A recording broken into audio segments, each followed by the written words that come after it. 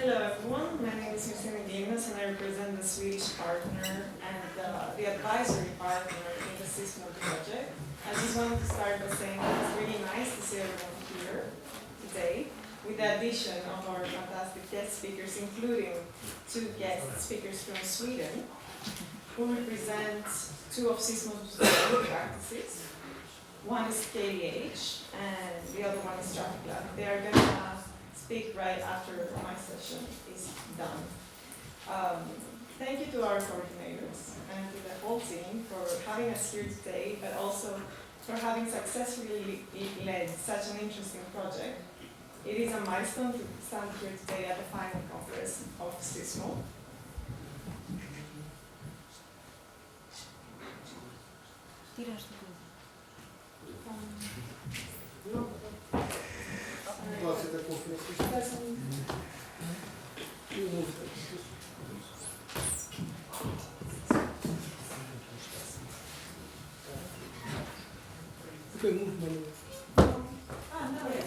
Okay. Right. So I'm a project manager at EcoLab Stockholm University. EcoLab is an independent center for e-governance located in the Department of Computer and System Sciences of Stockholm University for their public e-services. In order to do that though, and that makes us quite different to other innovation labs in Sweden, is that we maintain a co-creation approach and we invite citizens to give feedback to the development of the solutions we build, and we embed this feedback in the apps. So, okay, why Sweden? I think it was quite strategic to have Sweden as a partner, an advisory partner in Cismob. After all, Sweden is a well-advanced country when it comes to transport ICTs. Stockholm itself is already smart. It runs a lot on open data. It has a green strategy, and by 2040 it wants to be fossil fuel free.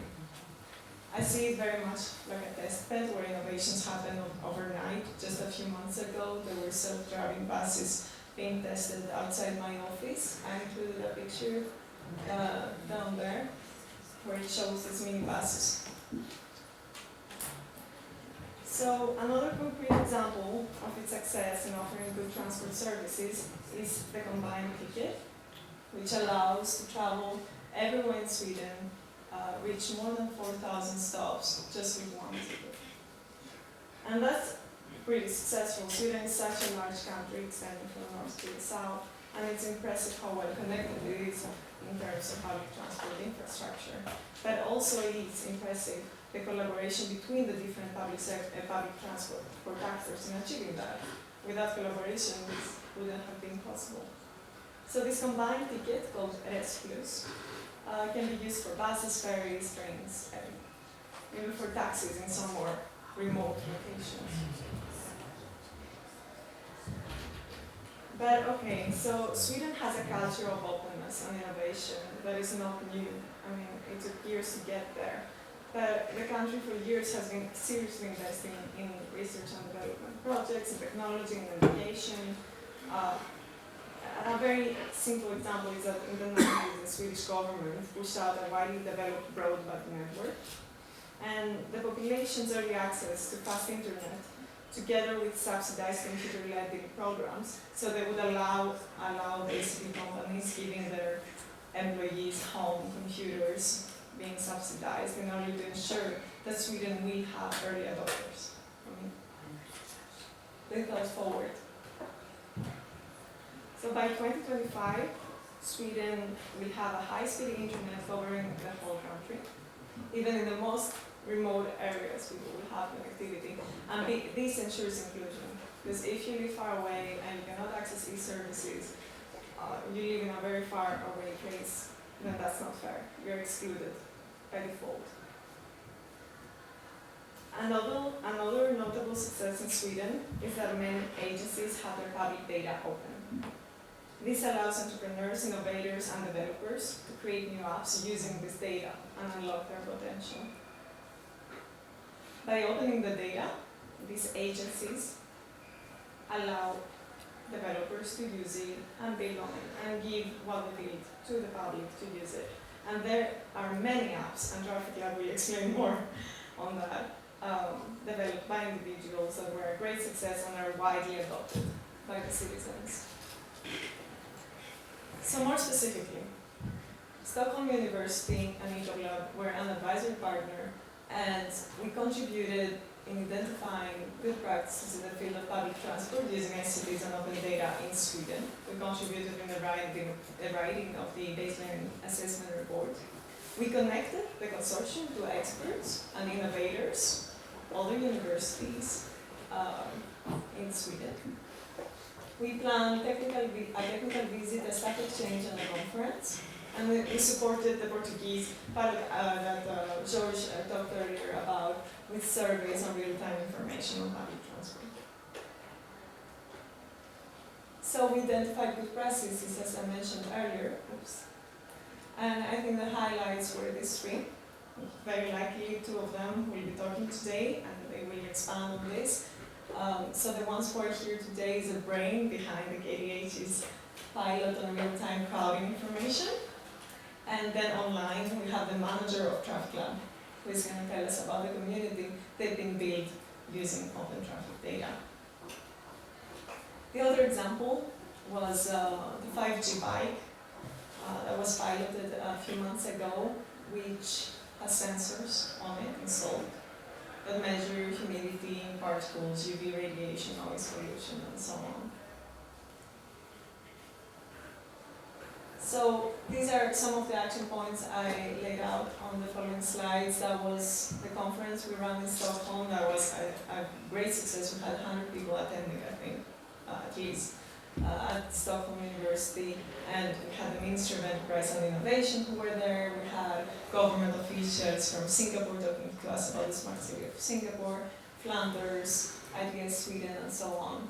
And the main topics covered are figuring there, but mainly how can national governments support implementation of ITS. And then we had also a technical visit. We visited Sweco, we visited Ericsson Studio and Traffic Lab, all very advanced in transport ICT. So that was a good learning exchange there. Then in 2017, the University of Aveiro and Ecolab SU co-chaired a workshop in Greece on smart cities. And I don't know why it went 1 and 1, but basically, yeah. The first one was depicting the landscape of the state of the art in Sweden when it came to transport ICT. So we contributed in the BAR, the baseline assessment report, and the second one was a survey for the pilot action in Portugal, where we targeted citizens. And this is a typo, it's 700 responses with Portugal. But yeah, we evaluated which information platforms and type of information public transport are preferred among different segments of the population. So thank you. Yeah. Thank you. So now, if anyone has questions, I think it would be best for us here with us. Jerry, hello. Jerry Leutenfeld, I think, from Traffic Lab in video conference. Tell us a little bit about his work. Alright, should I start the presentation? Yes. Yeah.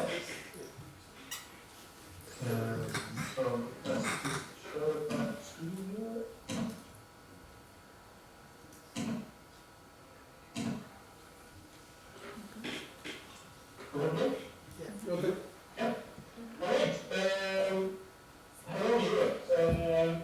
My name is Gary, and I'm the product manager of Traffic Lab, as you mentioned. I work for a company called Cismob here in Sweden. I'm not sure how to say it in English, but a collaboration platform for public transport in Sweden. We also manage the national standards and the product Resplus, as Virginie just mentioned. Traffic Lab goes by the motto, together we make the future of mobility possible, which is of course a quite catchy little phrase, but we think that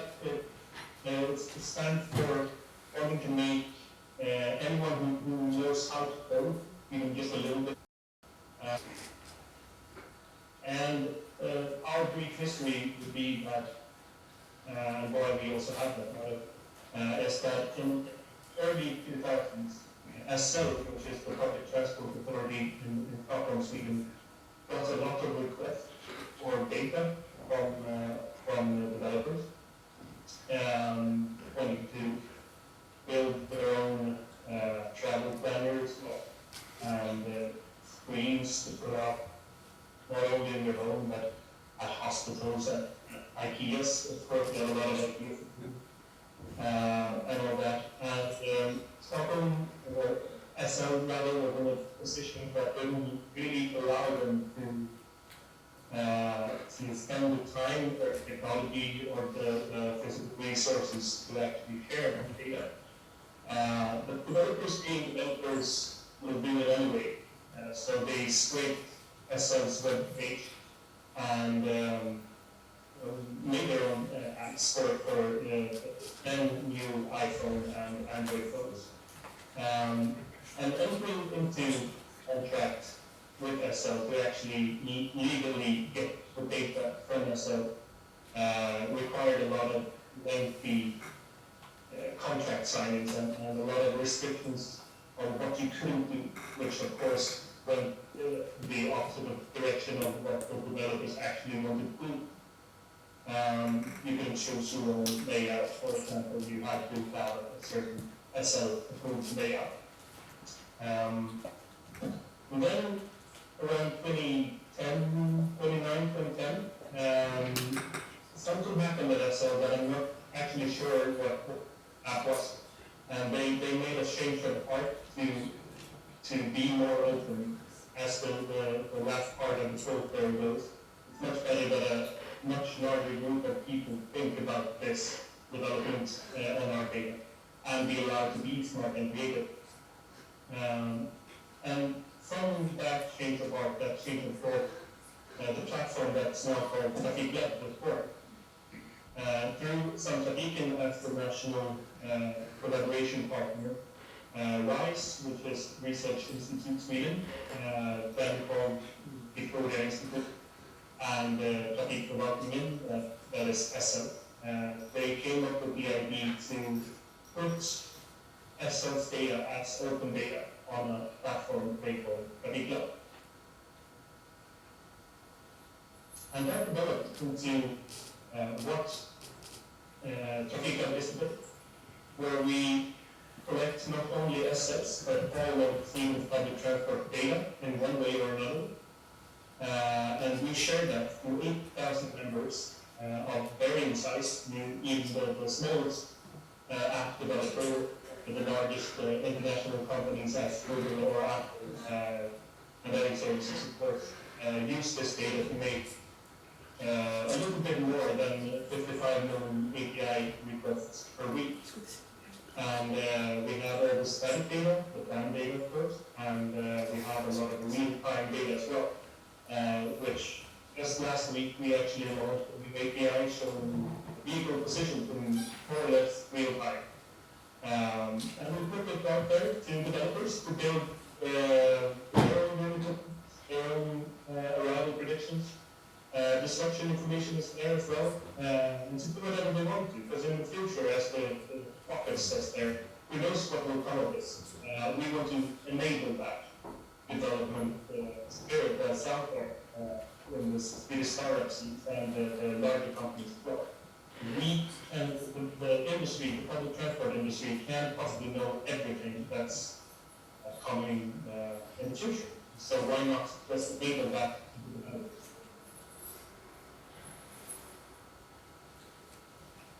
And in this work, we also, we not only the, how you say, with this data platform, that's not only the physical thing, we do a whole lot more work with what was previously called our community.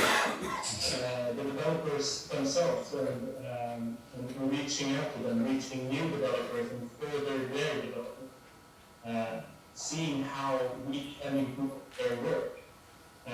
From the public transport industry to the end.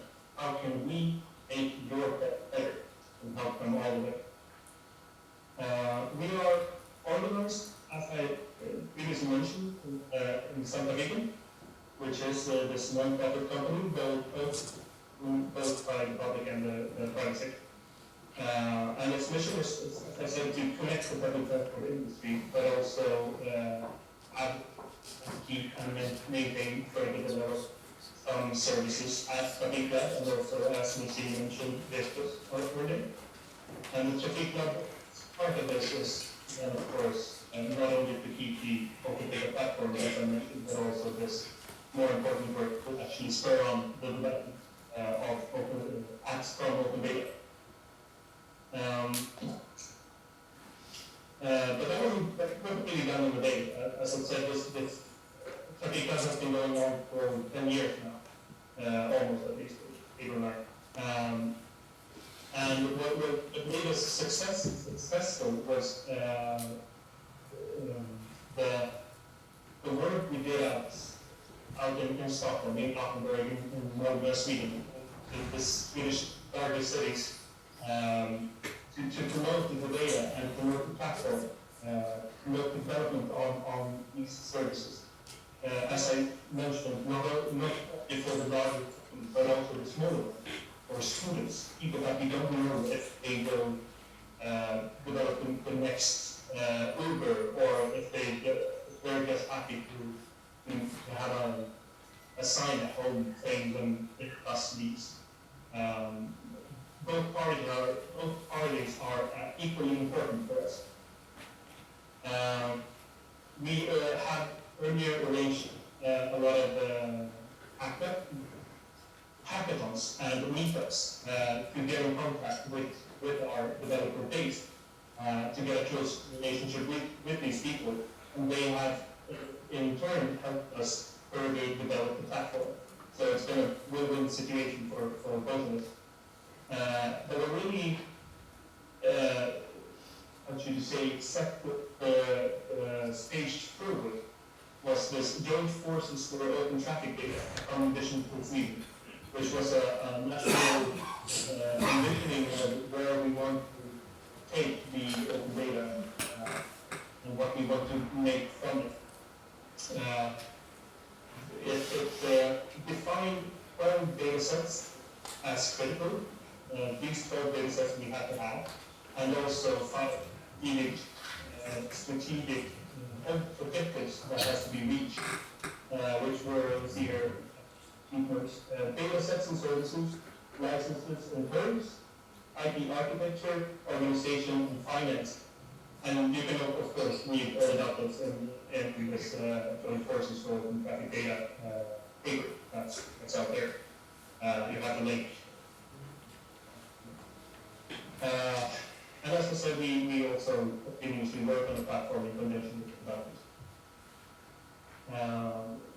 These are the success factors that made Trafiklab a great success. I actually earned that awards for being forward-thinking in the industry, which was great. I wasn't around back then, but it was great. And to spend my last 2 minutes there to look into the future, there I see two main parts. Firstly, you have, of course, the technical part of it, where it's really critical to see that the public owns the infrastructure, but not necessarily the services. Some services will be needed to be provided to developers and such like that, but first and foremost, we have to own the infrastructure to enable everyone to make their own service from this. And we also see that we have a great need to get some sort of predictive management or pricing info into Trafiklab to spur development even further and to make even greater value from the platform. And that would be sort of the next level of Trafiklab. And then something that's coming together with RISE, again, is historical public transport data in statistical use.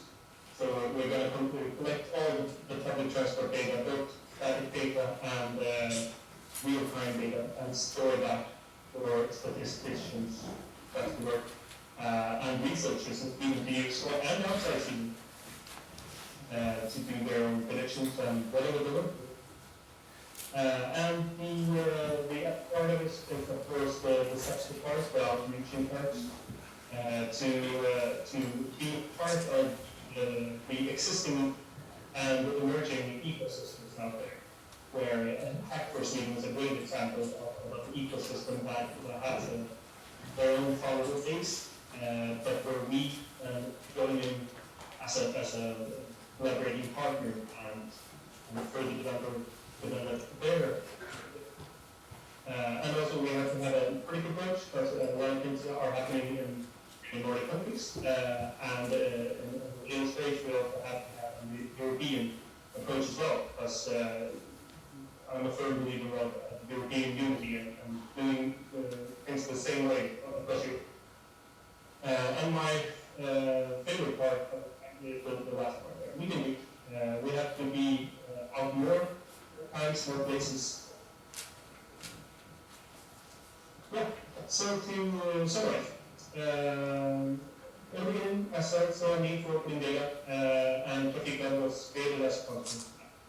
We were made successful by not only but by promoting the service in itself out there, and we will need both service offerings and more collaborations in the future.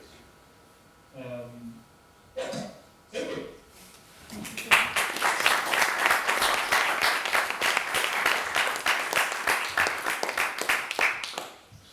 Thank you.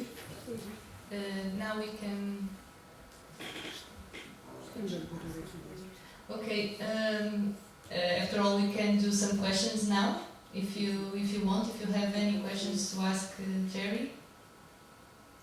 Okay, can I speak? Yeah.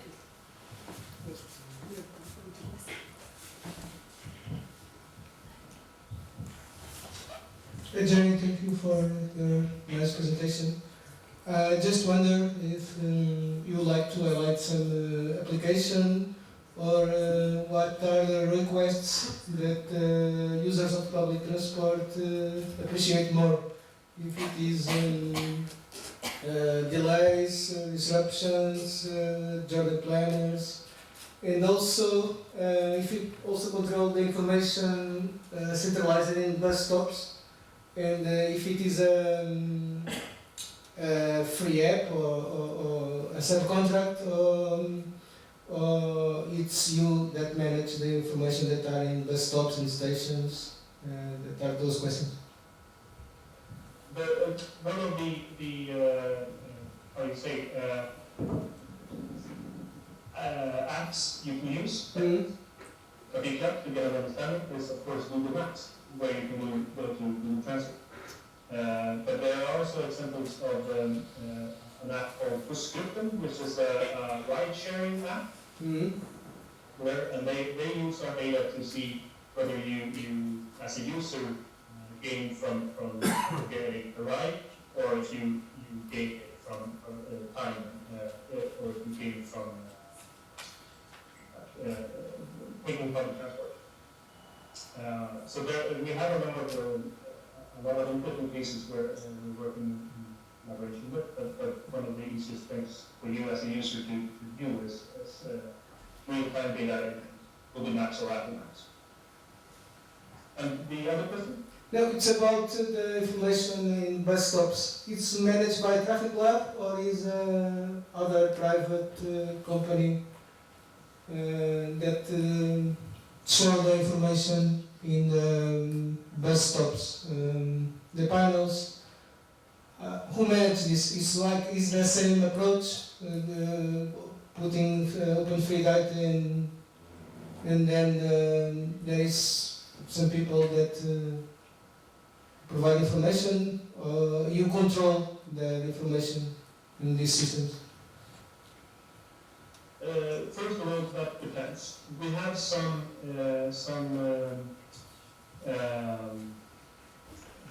providers of this services that actually uses Trafikland data. But most providers still go directly to the public transport authority to get data directly resource. And the ones using traffic lab data is, the data there is sort of controlled by us in collaboration with the public transport authorities.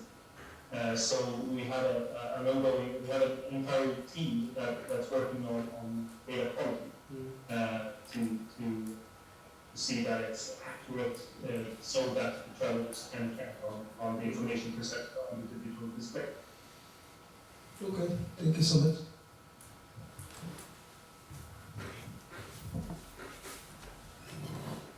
Is there anyone else? Yes.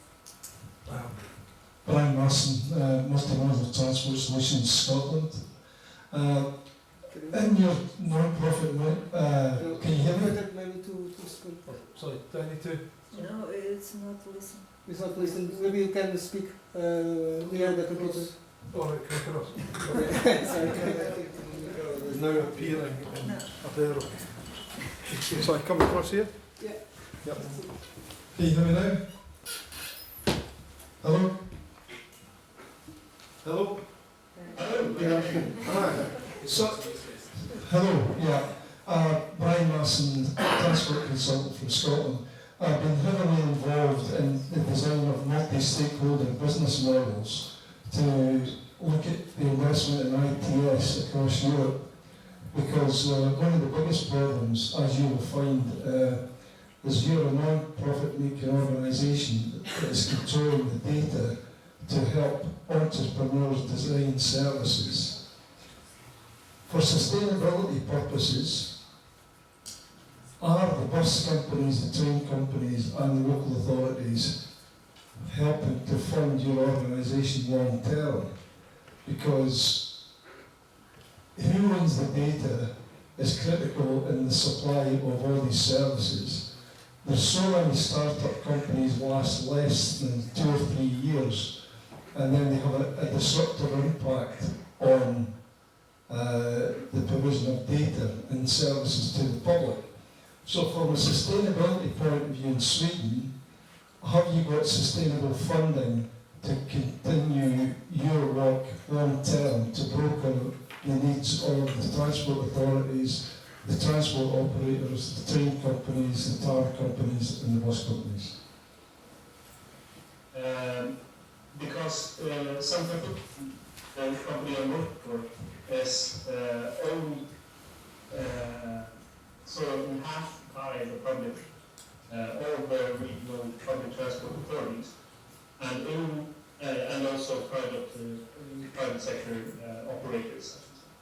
And in the owner's agreement, in the contract they signed with some Trafik Lab is promoted as a service that's funded based on, I'm not entirely sure, but something around how many trips per year you sell, a certain percent of that or something like that goes to Trafik Lab. Does that answer your question? I didn't really hear all of it, I think. No, it's just from the point of view, if you're supplying the data to others to innovate, it's critical that your long-term financial situation is stable.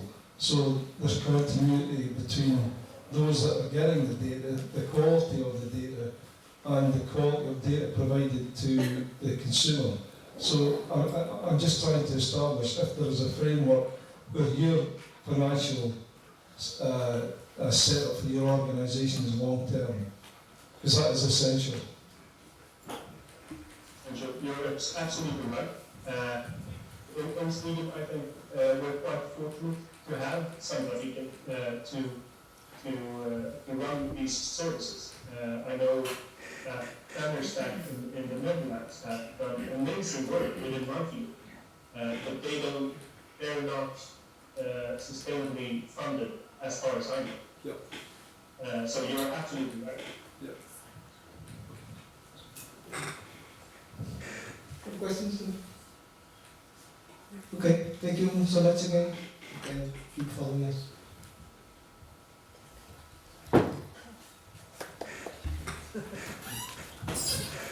Okay, thank you.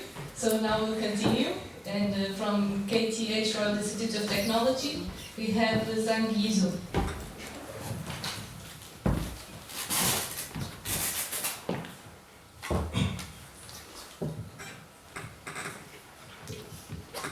Hello everyone, my name is Yizhou Zhang, or Zhang Yizhou, it depends on which way you talk about. And I'm from the KTH, the Royal Institute of Technology, and I'm originally from Shanghai, China, but I'm working in Sweden. Yes, let's start. So this project was actually started as a master thesis in 2014, October. And then with sponsorship and support from SL, which is actually discussed many in the previous presentation, it's a Stockholm Public Transport Authority, and also the local metro operator, MTR. Many of you already know MTR. It's actually a company from Hong Kong, and they're also doing the metro operation in Stockholm as well. So it's the same with other European cities. And the big cities is Sweden, and especially Stockholm is actually growing very fast, and the population is actually increasing very fast as well.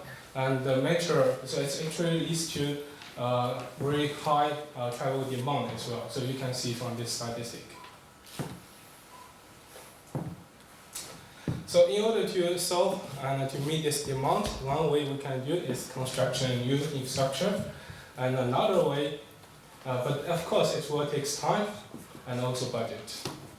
So another way actually is increasing transportation efficiency. I think one speaker just mentioned that in the morning. I really agree with that. So when I was a kid, my father always said, "Oh, Yizhou, you should have to go further, and there's more space in the end of the train or beginning of the train." And I don't believe him actually. But because from his imagination it's like this in the end. And then another side will be like that, or silent, right? Yeah. But is that true? As a researcher, we need to know the fact. So we take this technical school as an example. So this is actually my campus, the KTH. So you see there's only one exit, and actually two entrances and two exits. It's similar to other stations as well in Europe. And one exit and entrance is close, very close to the campus, and most students and research and teachers left and go actually with this entrance. And another side is close to the resident area. So which lead to actually, you see the pictures, and it's very crowded on platform on one side and less crowded on the other side. And this is the arrival train as well. So the train which arrived this station also has, you see the data here? Yeah. It's a peak hour in the morning, and the first call, so this is the first call, actually is heavily crowded. And the definition from ACL is more than 250 passengers we will call highly crowded, and actually even more, around 350 actually, close to. But when we see the third car and the second car, it's actually less crowded. So I will say actually the system capacity is not fully optimized or not used. It's really unfortunate actually. We spend so much money, but the system is not fully efficient. So we did this test in 2015, and it's for 1 week actually. We did it in the afternoon rush hour. So as you see this sign, and it's quite challenging actually. We need to make this sign and also show this in the afternoon rush hour. So this is how it looks on a platform, yes. And we basically only provide two kind of information. One is visual information, like that. Another is vocal information. It's by speaker, both in Swedish and English. So as on this side, it's close to KTH campus. So a lot of people goes here and waiting here. And then this side is actually less people. It's close to the residence room. And when we talk about text analysis, we use actually attention. We see attention, valuation, and action. So what we mean by attention is by the video analysis, we actually see 3,000 passengers' behaviors, how they come to the metro, and how to stand, where they stand on the platform, and are they moving forward, or are they actually standing over there? So we have a video footprint in this case. And for this video analysis, and we see when the speaker system is on, around 33.2% of passengers saw our sign, this real-time crowding information sign. And when the speaker was off, then it's decreased to 27.26%. But average is around 30.8% passengers saw our sign. That valuation is to see based on the passenger survey, actually the interview, and the 118 passengers participated in interviews. So we see this result is around 46% of these passengers, these 118 passengers, think this real-time crowding information system information is very useful. So we have a mark from 1, actually not useful, to 5. And another 39, I think it's useful. Actually, totally 90 and totally 85% consider it's very useful and useful for their traveling. But doesn't mean actually they will change their behaviors. So actually they know it's crowding in advance before they saw the situation. So sometimes during the interview we heard actually they will feel really stressed actually. Then they saw when the train comes and it's fully people, and then they ask themselves, what should we do? What should I do? And especially with the kids. With this information, they can act in advance and more precise. And also another challenge is if the people can understand our sign.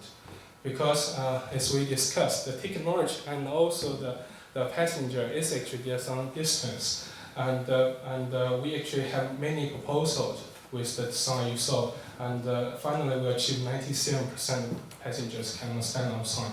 This is, I will say, very high percent. The last one is action. So, as I said, when the passenger saw this sign, they feel happy, they feel satisfied, but are they really moved? We don't know.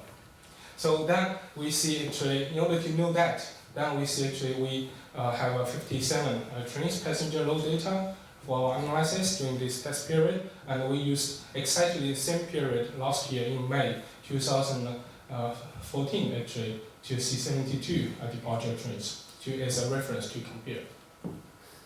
So this is the boarding distribution. And by the way, before I mention these figures, I will say, this first car, this is C20 car, it's around 46.5 meters. So you see, if it's actually you standing here and then you want to move, to convince them to move, it's not so easy actually. Yeah.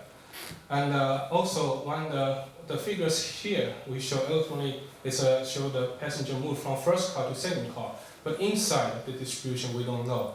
But now we only mention the distribution between the car 1, car 2, car 3. That if we say this car 1, car 2, you see actually compare with the reference period, and the test period actually decreased around 4%, and the traffic load in the technical school.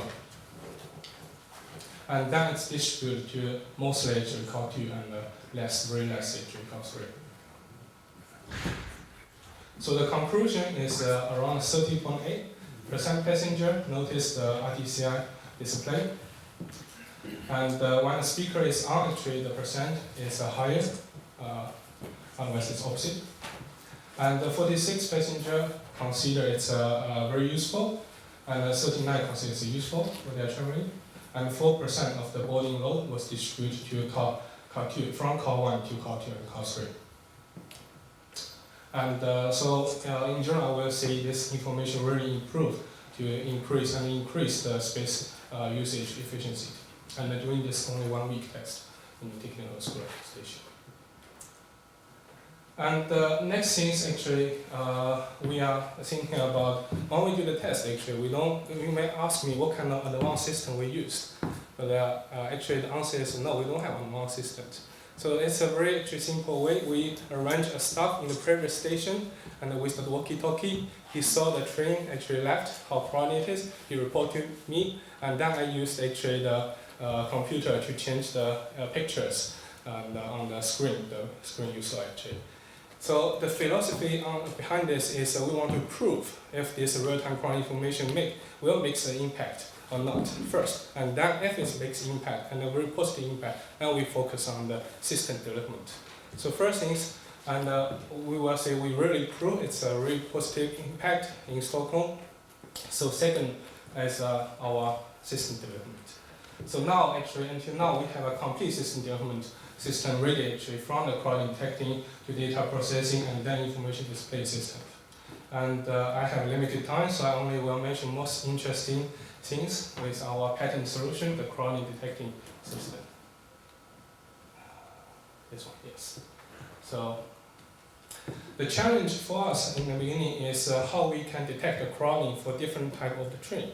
In Stockholm, I think in many cities as well, you have the old train and the new train. So in Stockholm, we have a CX.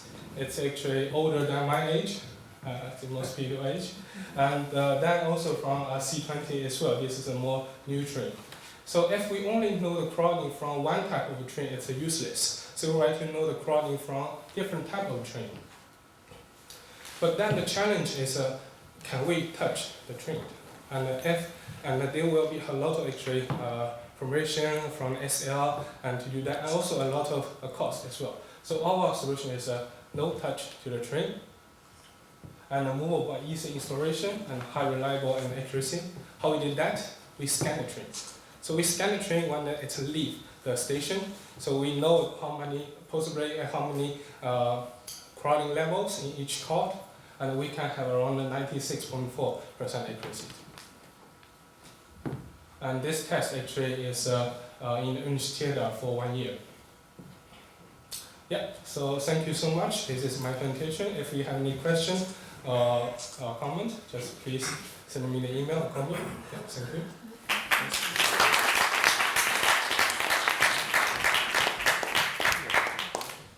Yeah, we still have some time for questions if someone has.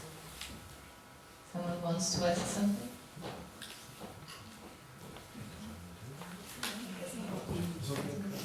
I don't want to be one of them speaking. The importance of flow on public transport is critical. For 25 years I was in charge of business development for National Express Group in the UK with 46,000 staff and thousands of buses and trains. You've hit the nail on the head that people always stand next to the elevator when they come down. That's the coach they want to get on, or if they know which coach is best to be nearest the elevator when they get off.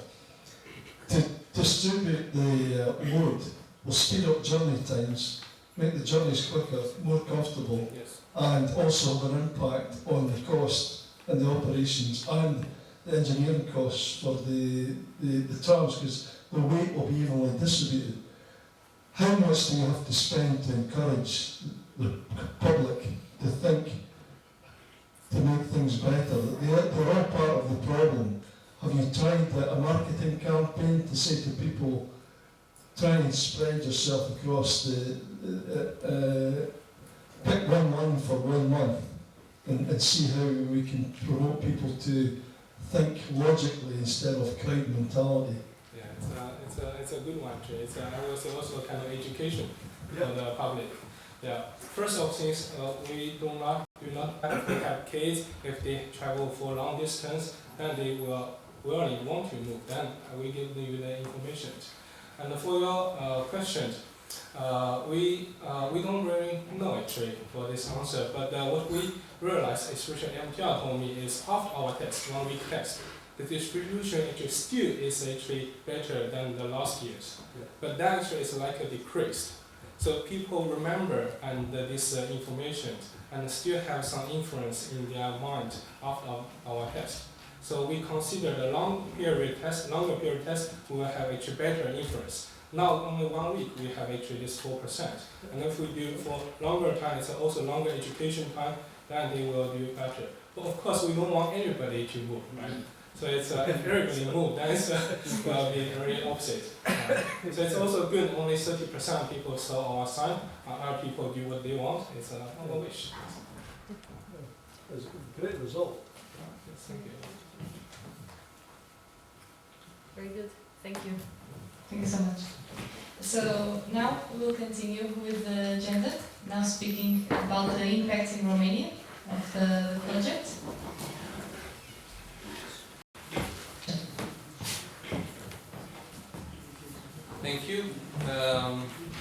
Actually, the presentation that we will see today is prepared together with the other Romanian partner in Cismob, the Public Transport Development Association for Bucharest Info, and together with two of our stakeholders that are present today, the Regional Development Agency for Bucharest and the Ilfov County. So what we'll do is together with my colleagues we'll present different parts of our slides, and when it starts I will invite Liviu Renchoagă from the Regional Development Agency first to tell you a few things about how we have the structure for making regional projects and for development in Romania.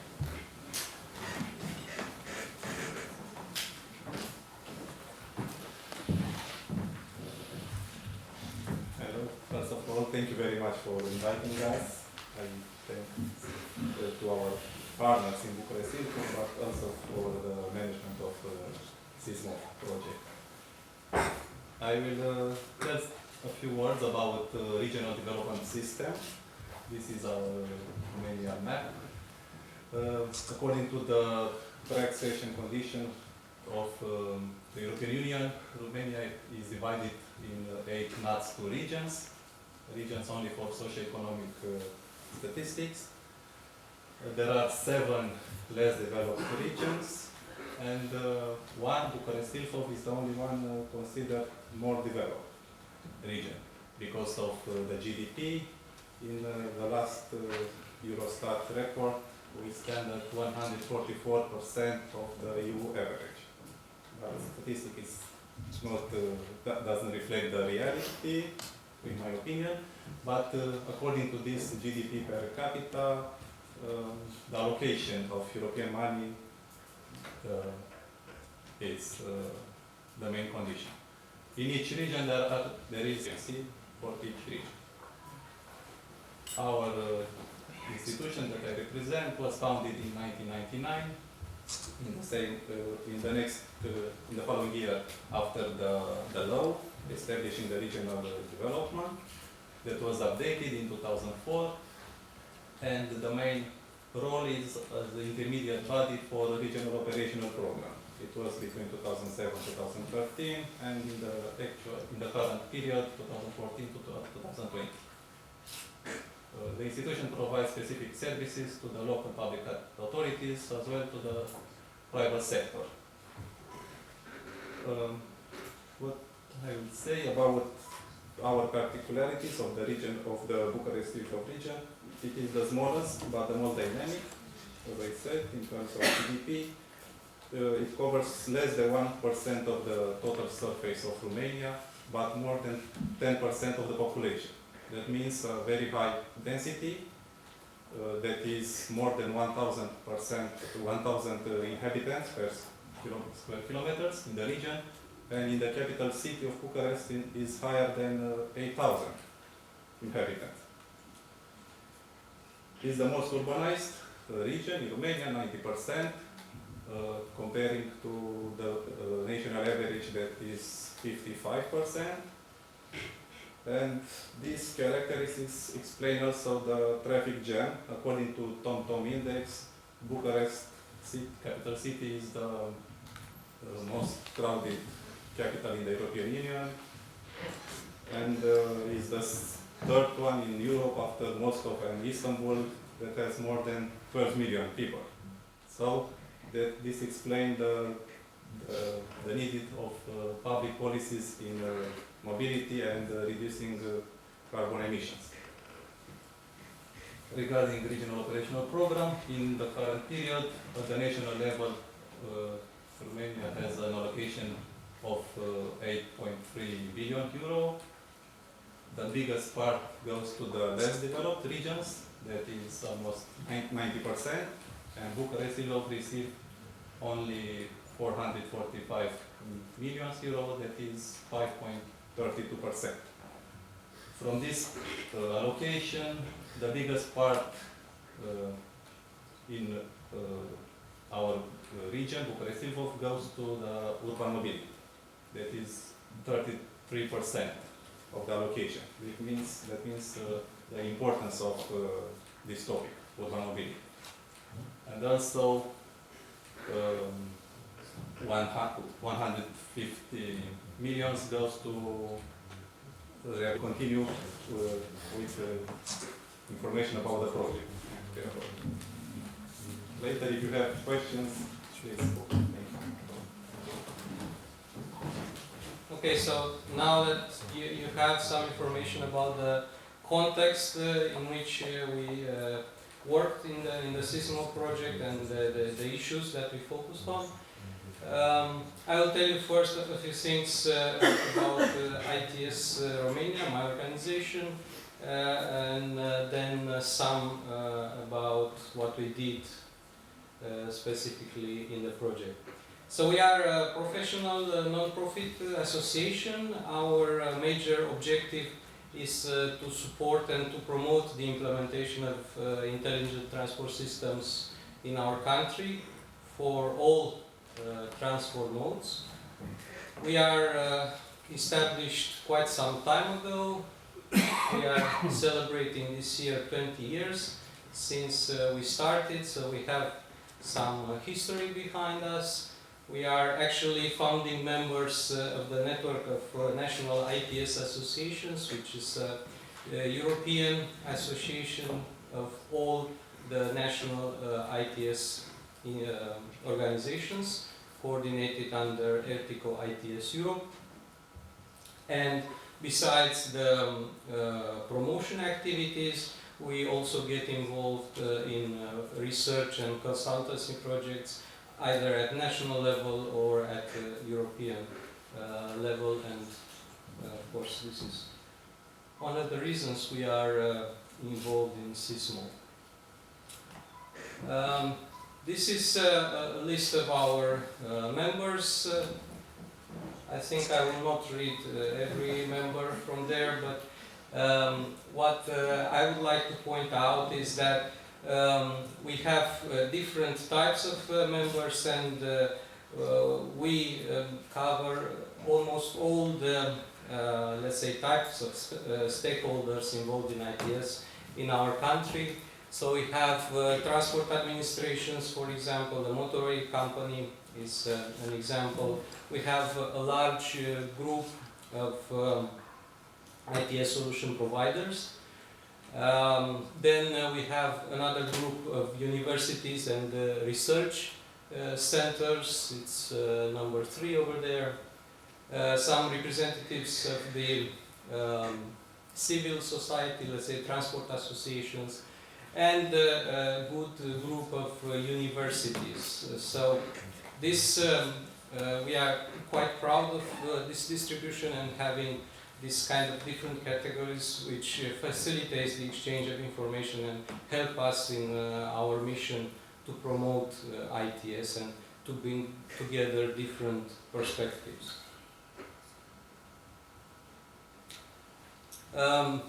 Just to give you a short idea about what we are focusing on mid-term and as a future objectives. So we want to support the integration of ITS for all the transport modes and to ensure interoperability and data exchange between them.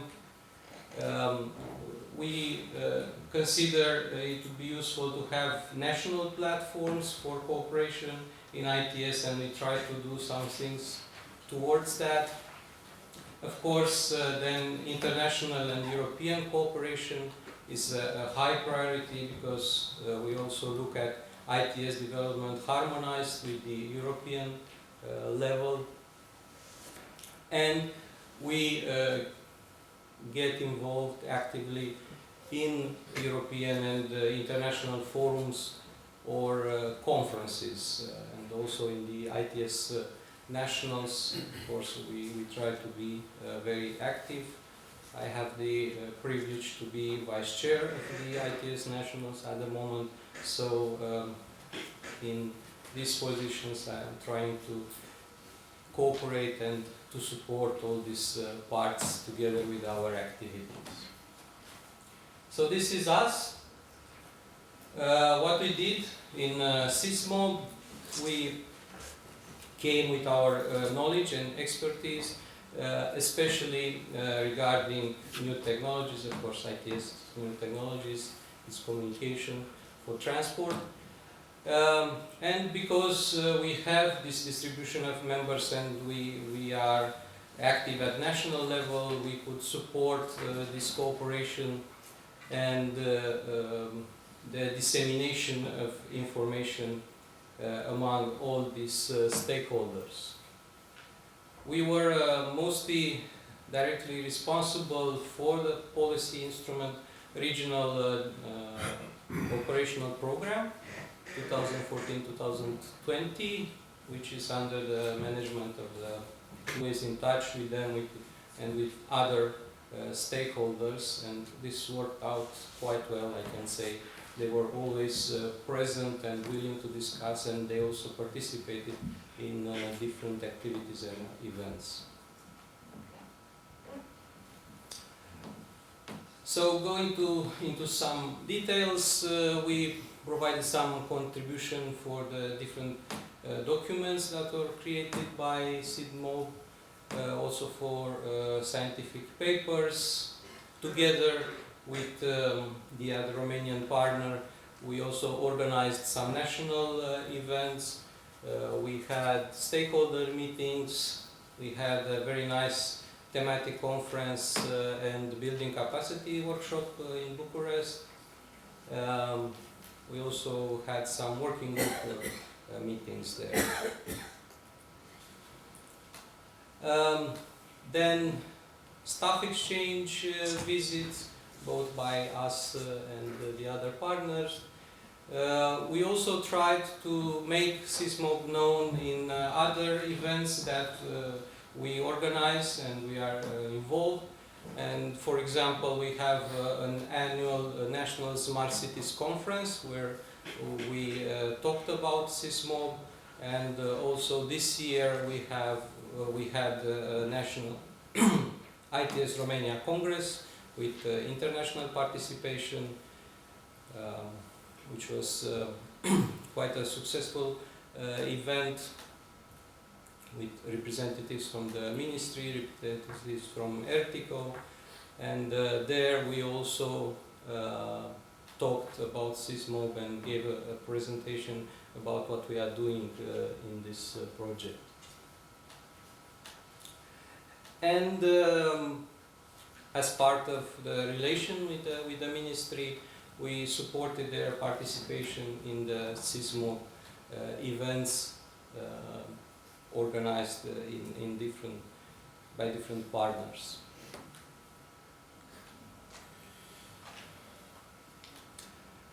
Now, going to the let's say national action plan, the action plan for the regional operational program. There are 5 actions in total that we foresaw in the plan. I will go quickly through them. The first one is related to increasing the share of public transport, and the main thing that we did for this was to inform, encourage and support the stakeholders to actually submit projects funded by the program for different topics that are related to Cismob, like e-ticketing systems, like travel information or travel planning applications. So we made them aware of these things, and we supported them to actually apply for a project in this area. Then a second action, which is relevant for the mobility in Romania, was to promote cycling and associated services, because in Romania cycling is not very popular as a means of transport. It's more a recreational type of activity.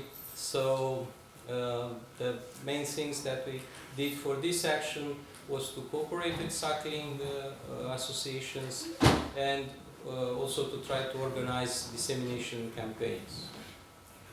Then green and connected public transport system, another key topic and action, again discussing with the stakeholder, informing them about the renewal of the fleet, for example, or developing public charging facilities.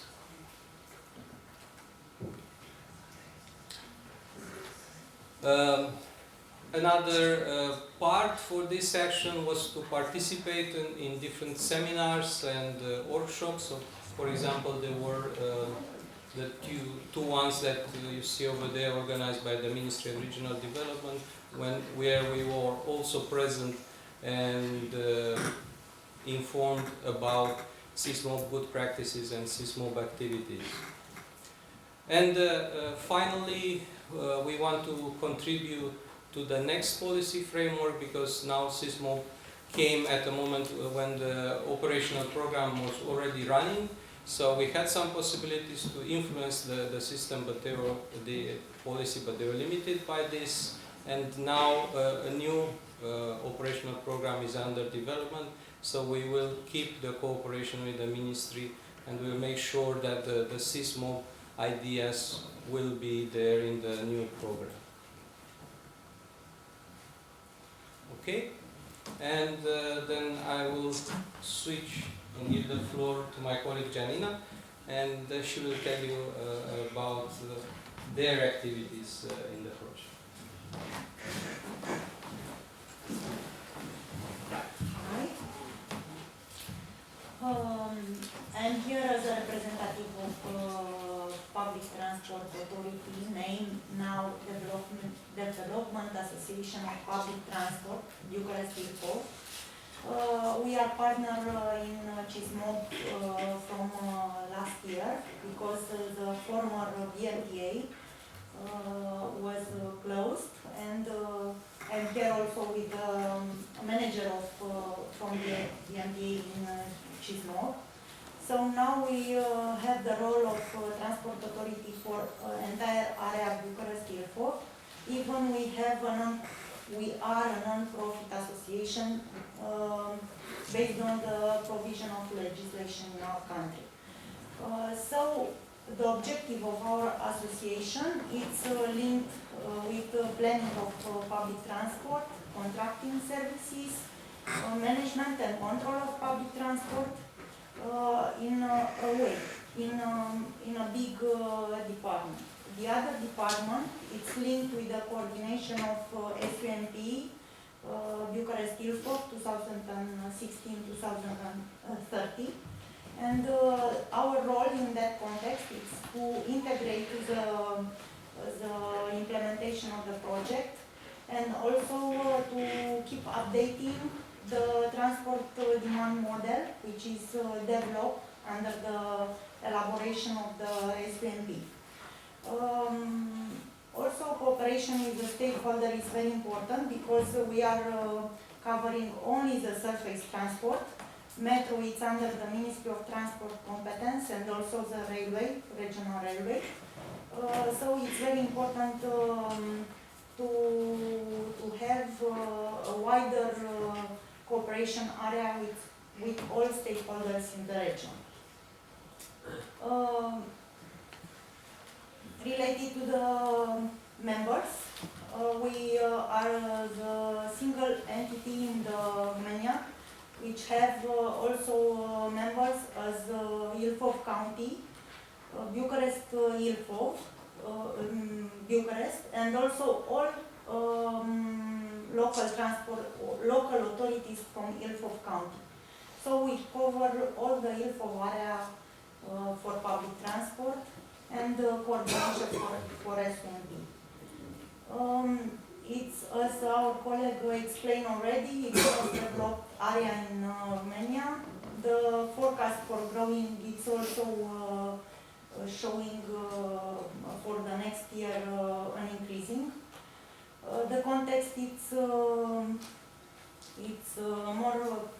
favor for the mobility development. Some words related to the national context. For Romania, it's introduced through law that cities to have SUMPs.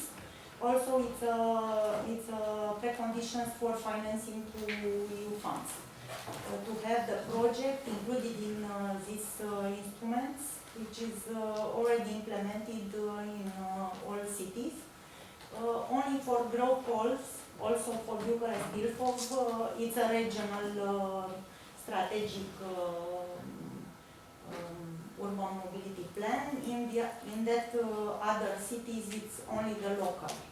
But thinking also about the relations with the near localities. In the last years also it's a trend and it's a high impact for mobility integration with the geographical areas surrounding the cities. Intercommunities, it's developing in the last years and increasing the number of them. So it's very important to have the instruments for better coordination the transport in that context. The other aspect which is need to mention also for Romania, it's we have legislation now to impose to implement PSC, which is in line with Regulation 3070.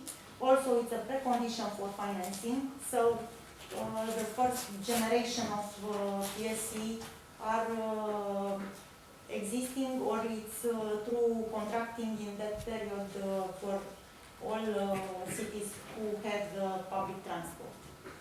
In that context, the CND for Bucharest Ilfov was developed recently. Base year was 2015, and the plan was approved in 2017 by all authorities in the Bucharest Ilfov area, also Ilfov County and Bucharest Ilfov, and Bucharest municipality. As actions was 65 integrated project, with a total budget of 7 billion euro.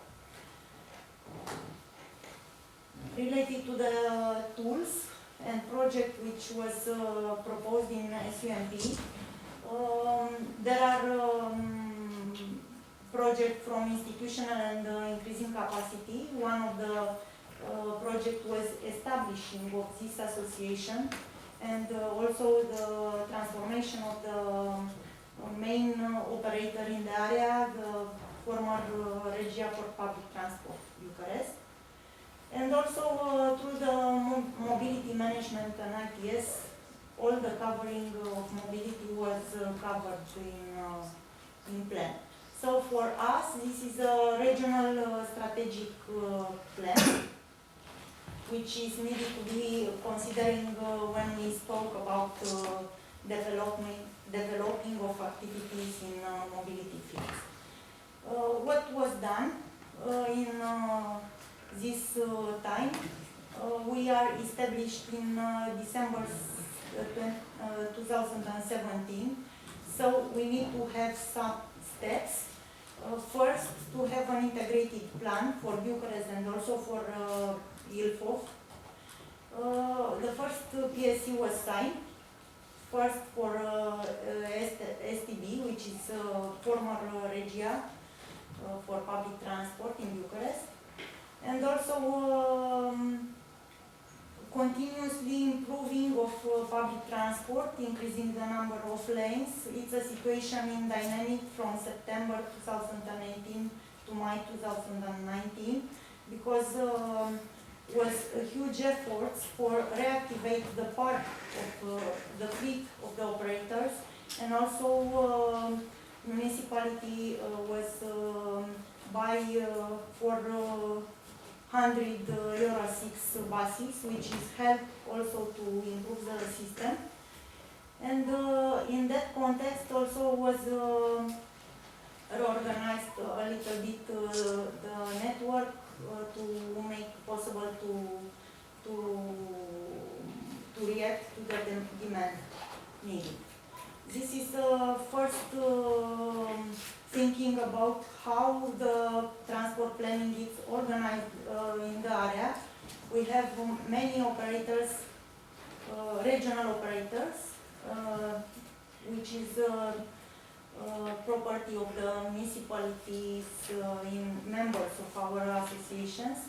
But we also have some private operators. We are thinking also to mix the services between them. We have now emergency contract signed, but we are working on the contracting for a long term. Compensation formula is for all contracts in line with Regulation 37. We are also helping the municipality and the other two municipalities from Ilfov County to apply for European funds.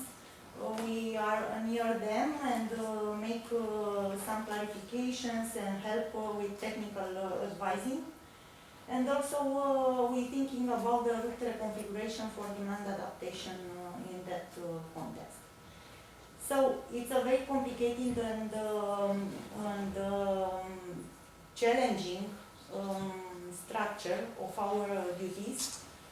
So the Cismob project is very important for us because through the BMPA, where the limited competencies under the Ministry of Transport is limited to the licensing, through our competencies, which is higher, and we need also a lot of knowledge and a lot of integration with the other stakeholders.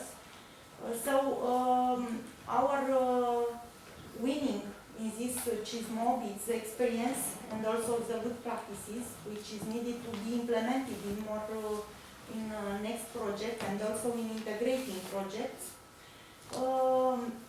And in the context of starting the SUMP actualization, it's more important to have tools to be more effective for project proposing. The relation with the stakeholders and also with the Ministry of Development is very important for us because we are need to be linked with the policy at the national level, the regional operational program, and also with other strategic documents which is elaborated also in our area and in national level. What we done in Cismob was Mihai spoke. We have some contributions for the project, but very important stakeholders meetings and meetings for staff change personnel and working group meetings. This is some examples. Our colleagues from BMPA now are our colleagues, so it's continuously involving and using the experience gained in Cismob. Related to action plan, we have established in action plan from BMPA these two actions, which is detailing supporting the implementation for travel information system and green public transport fleet. Related to the first action, first we developed the rules. So we imposed the regulation for public transport and we create the framework for collecting data and have the instruments to have the input data for travel information system, for future travel information system. Also, there are some projects for travel information system already implemented, and we monitor also with the municipalities the impact, and we will be further. Related to green public transport fleet, also there are conditions imposed in PSCs, which is related to the type of fleet and the condition also for environment which is needed and accessibility for all categories of passengers. the conditions it's imposed for all type of operators. So also the private one is needed to comply with that. Also, assistance for EU financing project will be a target for our association. We have a dedicated department for that. So we need to be active in that area with cooperation with authority. Now, Mihai, we will finalize the presentation with our good practices and policy and next steps. You know we are doing this just to keep you awake on the stage. Yeah? Okay, so yes, I will give you some ideas on how we actually achieved some policy change and some influence on the activities that we are doing. So of course the main result was driven by the exchange of experience. This was the major gain that we had from the project, and learning from what is done in other countries of the project. So a concrete example of the policy change in the regional operational program is actually in the guide for applicants. In the latest version of this guide, where they, based on the examples that they had and based on the cooperation with Cismob, they actually changed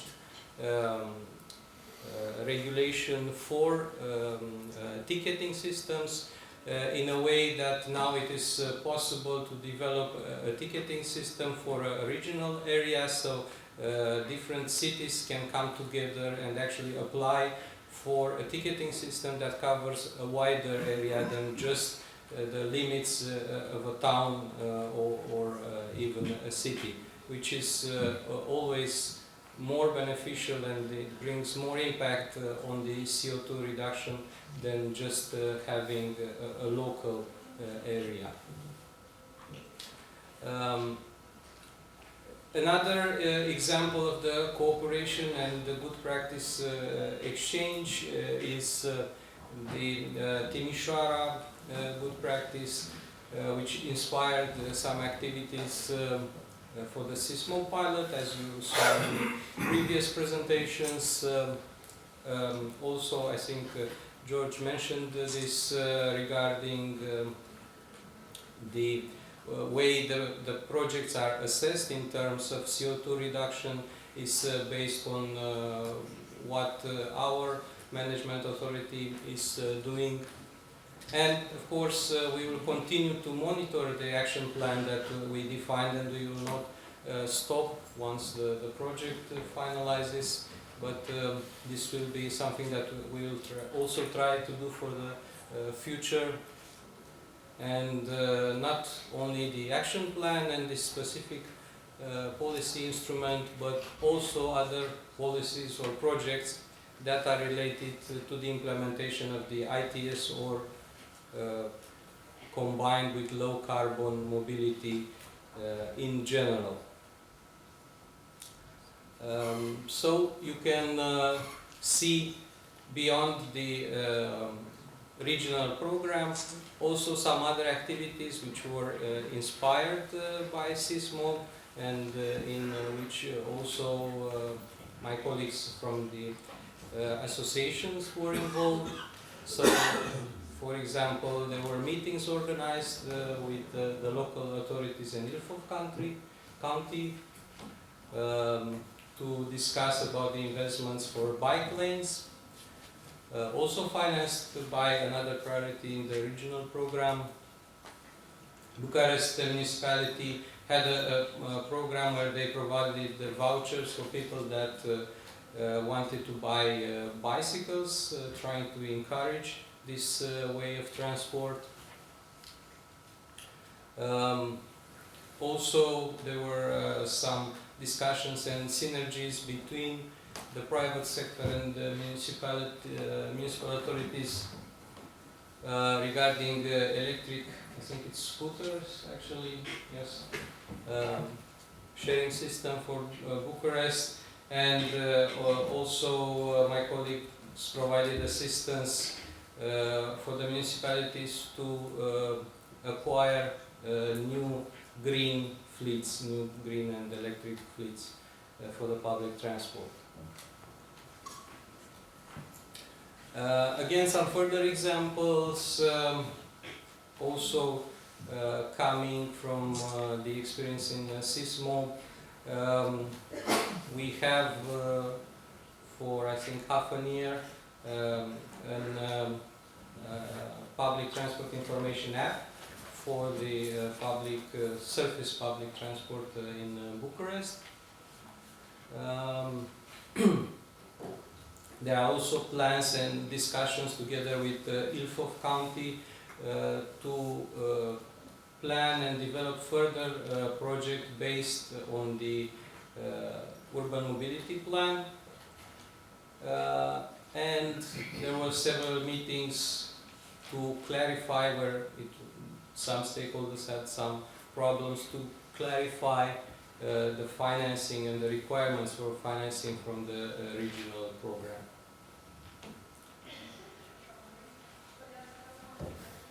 Going further, as I mentioned, we will keep this cooperation and we will keep these results. Urban Mobility Plan Monitoring Committee will be established, and there will be meetings between all the stakeholders that can see there, the Ministry of Regional Development, the administration, and of course ITS Romania, to identify ways to improve not only the regional operation program but other policies, other framework policies that are related to public transport, to sustainable mobility and all these topics. And we are considering building some kind of library, some kind of database to be used nationally for the Cismob, with the Cismob results, and to also use this for any further project developments and activities.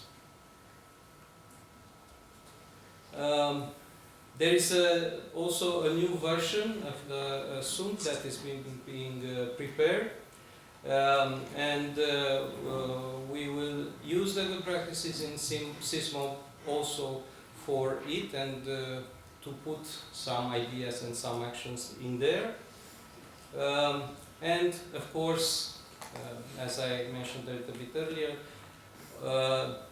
this will also contribute to the next version of the regional operational program, and to other national and European objectives, mainly digitalization, but also integration with the TEN-T network and general connectivity for transport. Okay, this was our presentation. Thank you also on behalf of my colleagues, and if you have any questions, please feel free to ask or contact us by email. Thank you.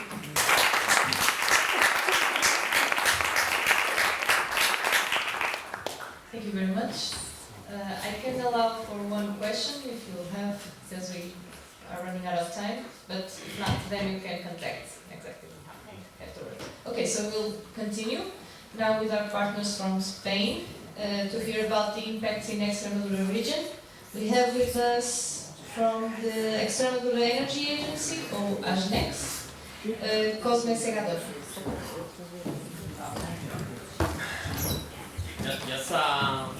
Yes, with the permission of the director of the agency, just a few words in order to introduce the role of the AGENES, the Extremadura Energy Agency, in the Cismob project.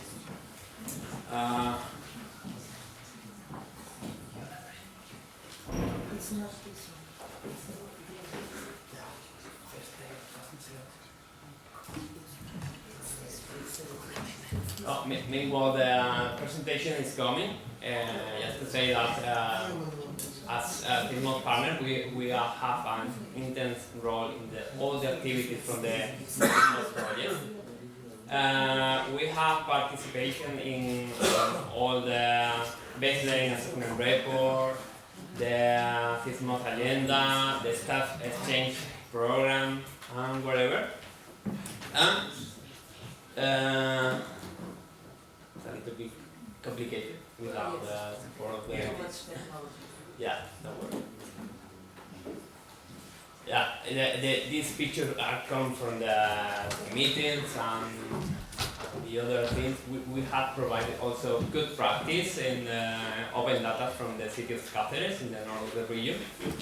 But the most important thing for us, for the staff of the agency and for our stakeholder, is learning with good practice. Thank you to this project and other European projects, we can make a better region, a sustainable region, okay?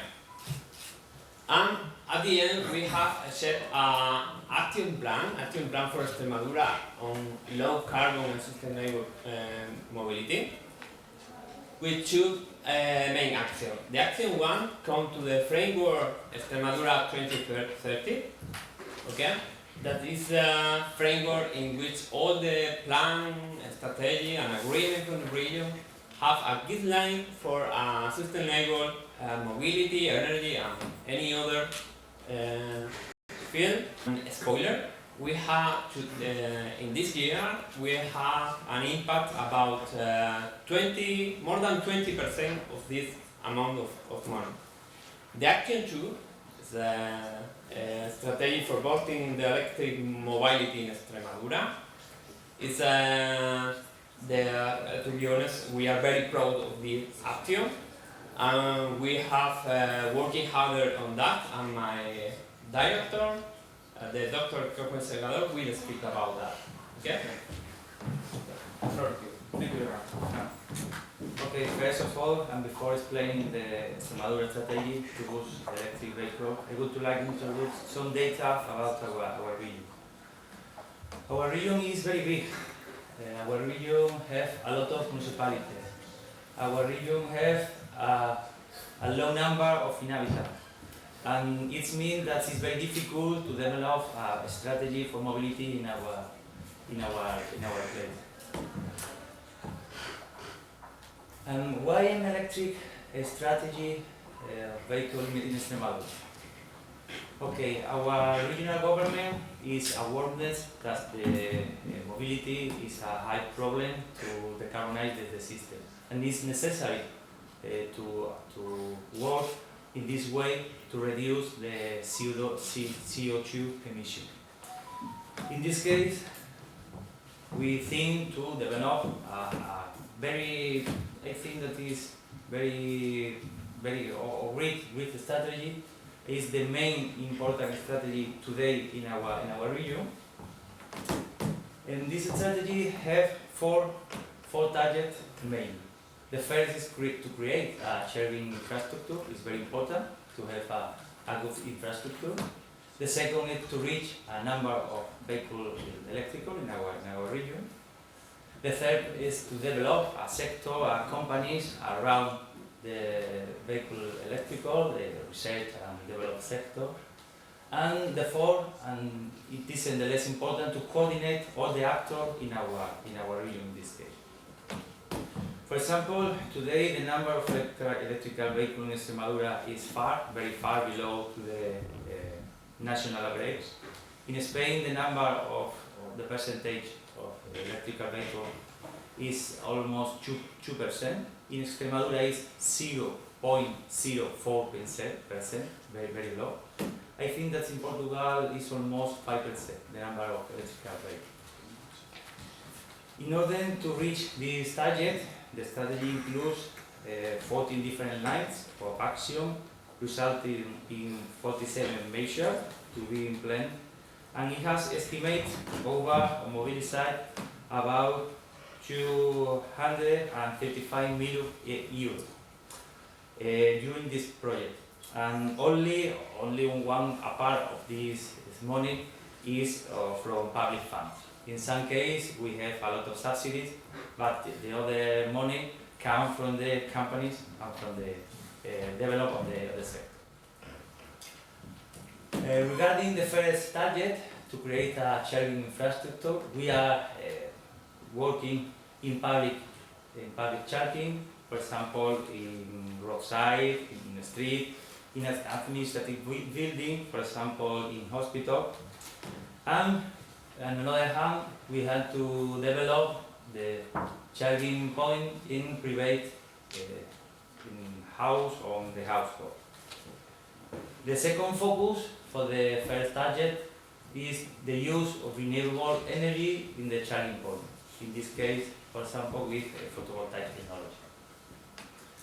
The strategy studies the suitable place in our region to install the charging point. Because our region is very big, it's necessary a good distribution, the charging point. And for example, the subsidies is the charging point that was nearest of this.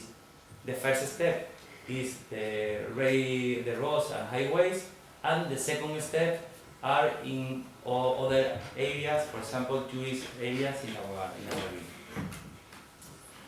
For the second target, to reach a percentage or number of vehicles electrical in our region, the number of electrical vehicles I think is 300 today, and we pretend to reach this number. It means 30 times that we have now. It's necessary to create an awareness in the citizen, and it's very important the role of the municipalities in this field. For the third target, to develop the sector, in this case it's very important that it is a complementary step or a complementary target in the strategy. It's very important that in the region could be companies and enterprise about the development of electrical vehicles. And the fourth step, not the less important, is to coordinate all the actors that we can do or we can working about the mobility in our region. In this case, the regional government, the county council, the cities, the municipalities. In this case, AGNS plays a key role because we can to coordinate all the actors for the measure can to boost in a best way. For example, what are we doing now? We are running a grant. This is the number that now is possible. Grant for sustainable urban mobility plans for electrical vehicles to transport collective and for municipalities for installing charge point, I said before. And for another hand, then there are another subsidies for promotion electrical vehicle for cities. There are two lines to grant to develop the electrical vehicle. For example, with the first, it means that the project, Cismob project, have modified about 22%, almost 2 million euros on the regional policy instrument to use for this grant. Another step, for example, the county council of Badajoz, in this case, gives an electrical vehicle for each municipality. In some case, the use for this, you can see, is for police. Another action complementary to Cismob project, now currently AGNX is the lead partner of Urban Sol project. It's an Interreg POCTEC collaboration in Spanish and Portugal, and we are installing a number of charging points. But the best action of this project, we are working in the interoperability of the recharge point. In this case, one system with an APP that you can you can charge your electrical vehicle in Spanish, in this case in Extremadura, and in Portugal only with an EV. Another action, for example, dissemination action, the European Mobility Weeks, we install electrical car circuit for the kids. We say to the kids the advantage of electrical vehicle, and then the kids can to ride to enjoy in this car. As you can see, we are working very hard in sustainable mobility, and that is thanks to the Cismob project. Because we are to say thank you very much to Interreg and the Cismob project for this action. Thank you.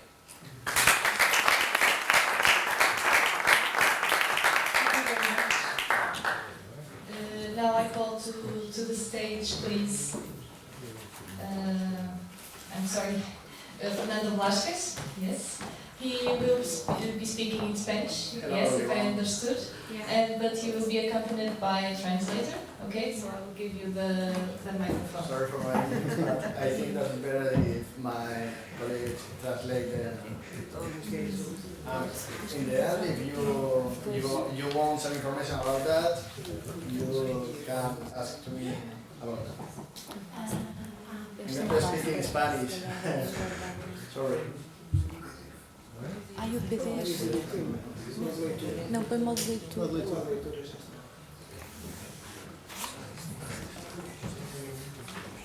Ok. Bueno, yo represento empresa privada que estamos promocionando un plan integral de movilidad junto a la empresa, bueno, junto a lo público en la ciudad de Badajoz. Okay, so Fernando represents a private company who has a concession from the local authority in Badajoz, and they are in charge of all of the urban local mobility. A pesar que los porcentajes de vehículos eléctricos en Extremadura son relativamente bajos, como nos ha explicado antes Cosme, en la ciudad de Badajoz el transporte público tiene los porcentajes más altos de vehículos totalmente eléctricos de Europa. So even though the director of ACNEX was saying before that the percentage of electrical vehicles in Extremadura is really low compared to national level and EU level, I am proud to say that regarding public buses and public transport, Badajoz as a city has one of the highest percentage of 100% electric vehicles in Europe. En primer lugar, a tener replicabilidad y viabilidad. So I must say it's a full plan. It has already been approved by the local government, and it will begin next year in 2020.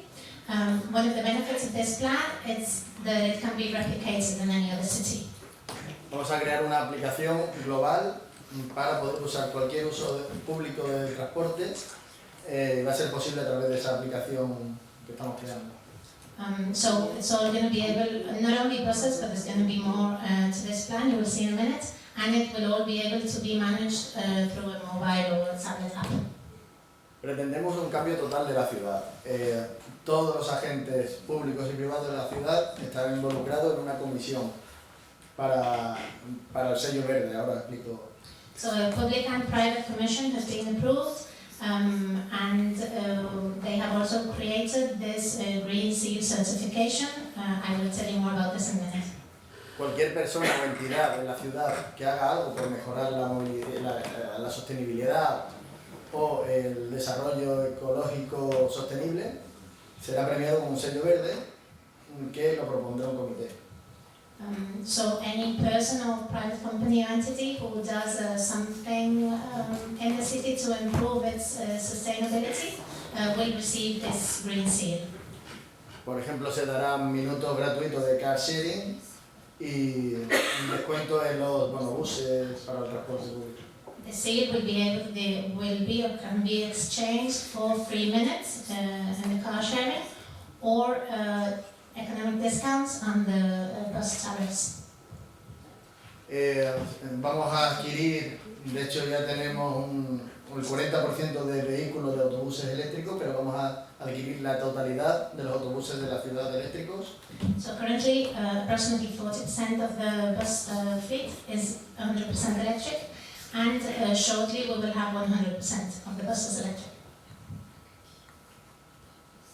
Vamos a crear plantas para la carga totalmente verde. Vamos a crear placas solares, vamos a instalarlas para cargar esos autobuses eléctricos.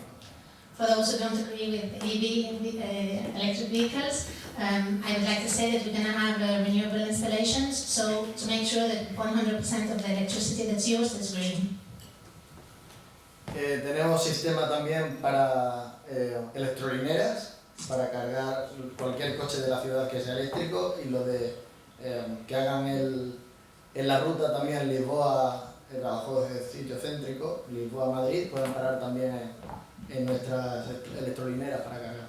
Okay, so the green charging stations are not going to be only for the use of buses, but they will also be available for private EV cars, and not only in Spain, but also through into Portugal. El sistema de bici sharing también, son bicicletas eléctricas. En la ciudad habrá varios puntos, aproximadamente 30 o 40 puntos de bases de bicicletas eléctricas. There will also be 30 to 40 points with electric bikes to try and encourage cycling as not only, as someone was saying before, as a recreational activity, but also as community. Implantaremos el car sharing, comenzamos con 50, pero con proyección para el próximo año de 150 vehículos eléctricos para car sharing. 50 EVs have been bought already. They will start working next year, as I said before, and in the following years we are planning on buying another 100. Un simulador de conducción para enseñar conducción eficiente tanto a todos los conductores de autobuses como para ir por los colegios y los institutos junto a la policía local para enseñar a los nuevos conductores. It's important to drive efficiently, so they're going to have a simulator as well, not only for the drivers, they have 150 employees already, but also to create awareness among schools, police and public in general. En el sistema, la aplicación de movilidad total va un sistema nuevo que vamos a implantar que es bus a la demanda. Para solicitas en un punto que te recoja el autobús y te lleva al punto que tú quieres ir en menos de 20 minutos. The application is also going to include a service, a bus on demand, so you don't have to move into the closest bus stop, but you can request somehow for the bus to pick you up and drop you where you want to go. Estamos hablando de movilidad total y el proyecto de la movilidad total lo van a hacer posible personas contratadas con discapacidad o incapacidades o capacidades especiales. So when you speak about mobility, it's important to consider as well those people who have limited mobility, they're disabled, so they are going to be included in the company as well to carry out this plan. Promovemos también la igualdad de la mujer en el trabajo, con lo cual todos los nuevos conductores de autobuses se incrementarán en la plantilla con mujeres que sean conductoras de autobuses y se le ayudará a que saquen el carnet de conducción también a la mujer. They have also considered gender balance, and they are trying to encourage new bus drivers to be women. Therefore, they have already a few activities in mind he was talking about before. Bueno, cuando presentamos este proyecto que ha sido aprobado a nivel nacional también, con ayuda de Agenex, este proyecto ha sido apoyado por varias entidades, tanto públicas como privadas, que ahora se han incrementado desde que se han empezado a presentar el proyecto, ahora son muchas más, pero tenemos aquí algunas de ellas. So the project was approved, was developed by them, and Agenex supported as much as we could. It has been approved also at national level, so they are hoping as well to receive some funding from the national government. And once the project is being public, there are more and more companies willing to participate. Tubasa pertenece al grupo Ruiz, que es la empresa que promueve también, puede ser entre las dos primeras más grandes de España de transporte de personas en carretera. So Tubasa is owned by a larger company. It's the second largest in Spain for road transport of passengers. La Agencia Extremeña de la Energía, quienes nos han invitado a exponer el proyecto y es nuestra principal entidad pública colaboradora. So he wants to thank Athenex for inviting him to present his project and as well for the support given. CAISA, la obra social de la CAISA, por la ayuda también a personas discapacitadas. La Caixa has a social side, it's a Spanish bank, so he wants to thank them as well. Minit es la empresa de Carsarian, compuesta en un 95% por personas discapacitadas que van a llevar a cabo la labor de Carsarian. Yeah, so Minutes is the company that owns the EV cars they have bought for the car sharing, and they also support reduced mobility. Integra Movilidad es quien desarrolla las app. Integra Movilidad is the company that's developing the application. Telefónica, relacionado con el Big Data para la gestión de datos, por ejemplo, el uso a la demanda. Telefónica, Spanish company, they are in charge of managing all of the big data for their bus and bus on demand. COCENFE es una de las mayores propulsoras de una asociación de personas con discapacidades físicas y mentales. So COCENFE is an association that tries to involve some of the disabled into companies, private companies. Endesa como soporte también, como una gran productora de energía, a pesar de que vamos a crear nuestra propia energía. Okay, Endesa is involved because of the key role in Spain in the energy. Even though we are going to create and produce our own energy. Y por último, el proyecto también viene apoyado y está aprobado ya por el Ayuntamiento de Badajoz. Tiene fecha de inicio, empezará este año, pero no tiene fecha de final. Cualquier idea pública o privada se sumará porque es para contribuir al bien de la ciudad. And finally, Badajoz City Council is also on board in this project. And this project has a beginning, but it doesn't have an end, because hopefully it will keep on going. Okay. Thank you very much.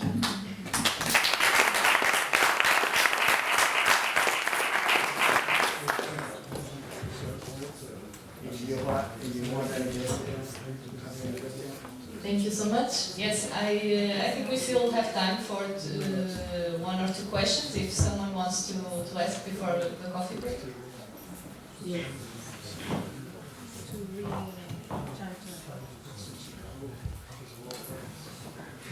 Thank you.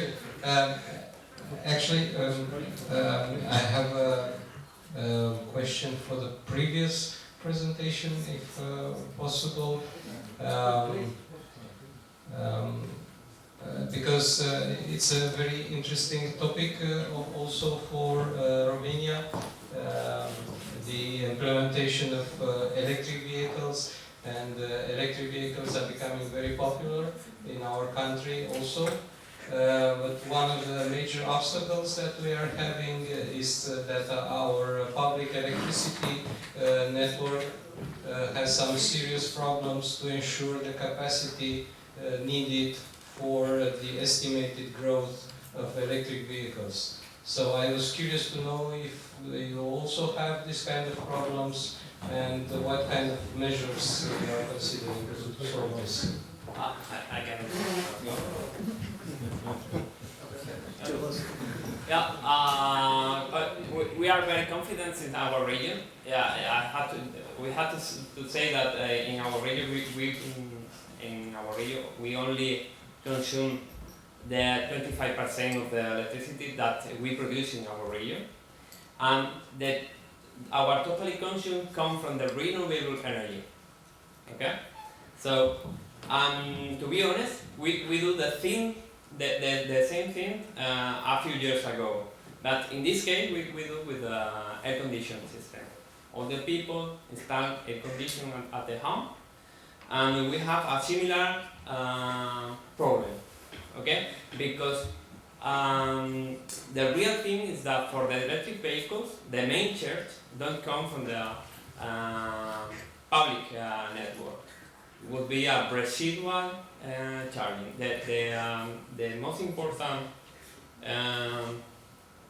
the big amount of energy comes from the charge point at home also. So for today and for the development till 2030, we don't see the problems. And today by day we are increasing our electricity production, hopefully based on renewable energy or in CO2 free energy. Okay? Can I just come in on the back of that, electric buses now in the UK and other European sites I'm involved in, we are now looking at the total cost of electric vehicles and the time it takes to charge the vehicles, the range they have during the day. And now the major operators are thinking hydrogen is the only way forward for buses because of the disruption in the depots, the time it takes, the working procedures and how you restructure the whole company, and for the ease of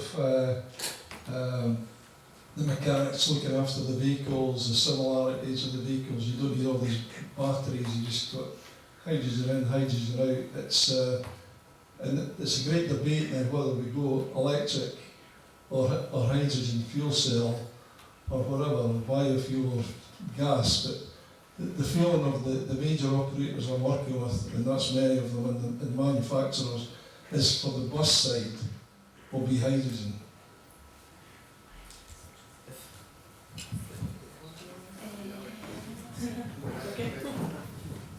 I don't have an answer your question or comment properly, but from his company's side, he says hydrogen is maybe more dangerous in case of an accident. It doesn't have so many benefits, and in the case of Extremadura, as Fran was saying before, over 100% of our electric energy demand comes from renewables, mostly from the sun, which we have through the day. EVs could be also like storage system from the energy.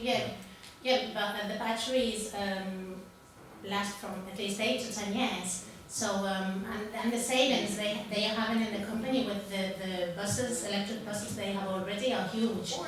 So but in Romania, it's not as sunny as Spain. This is the problem. Yeah.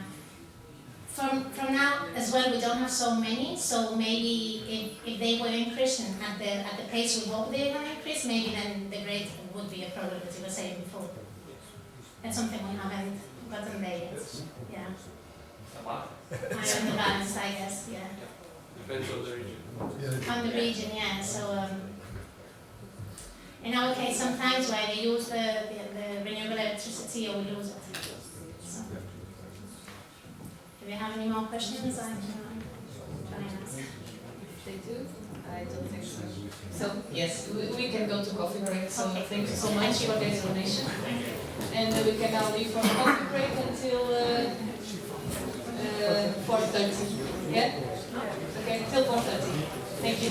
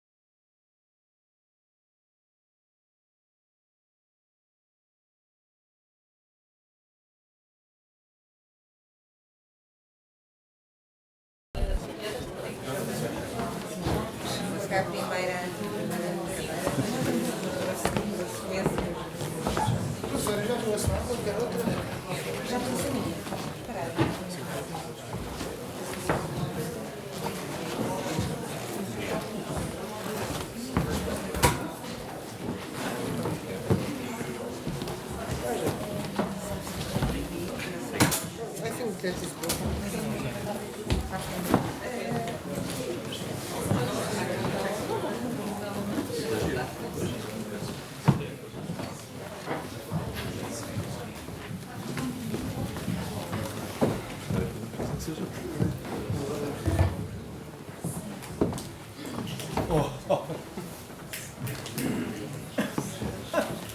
fine. It's fine. Don't worry. Hey, come on. Are you going to do that stuff?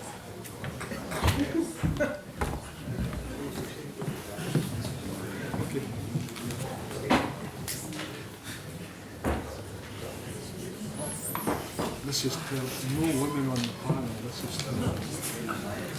She's in charge of you. That's quite all right. She's the boss.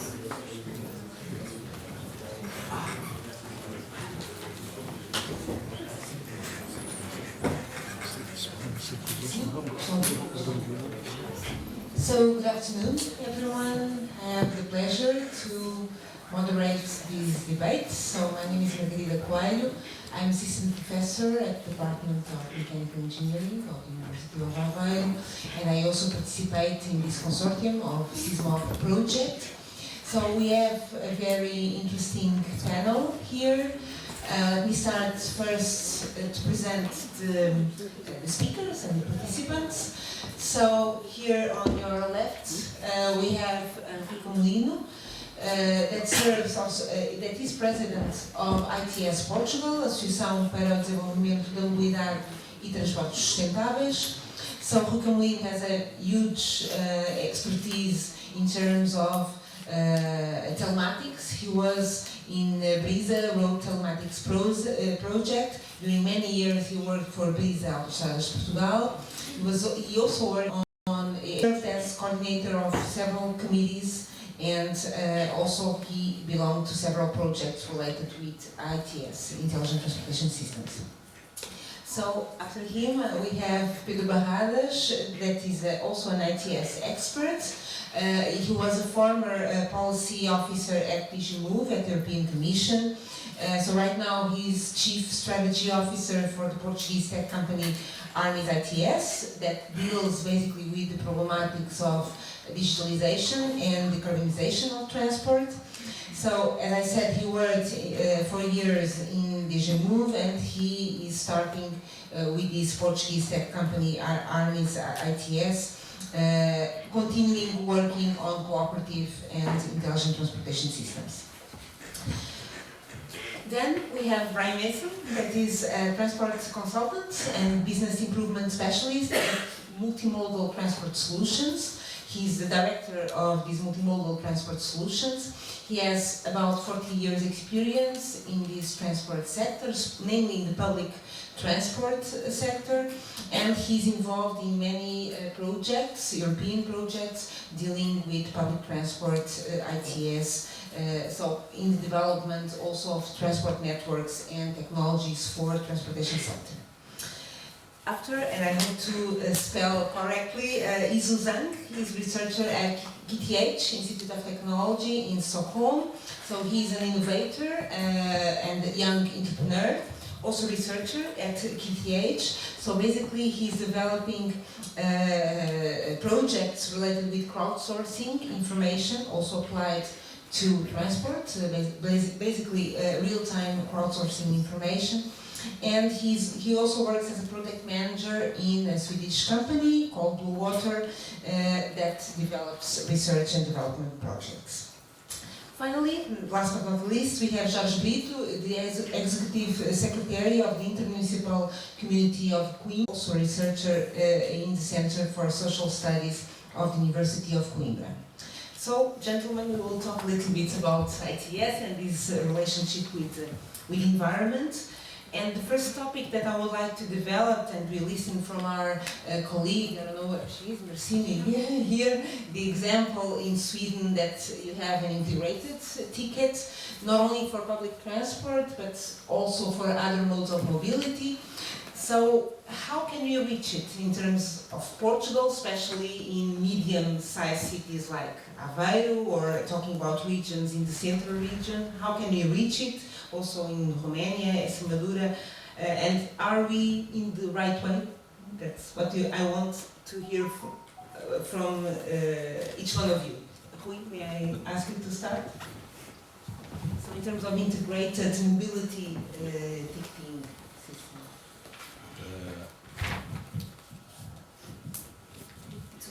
Okay. Good afternoon. First of all, I would like to thank for the invitation to be part of this panel and to participate in this interesting discussion. I think we are quite far from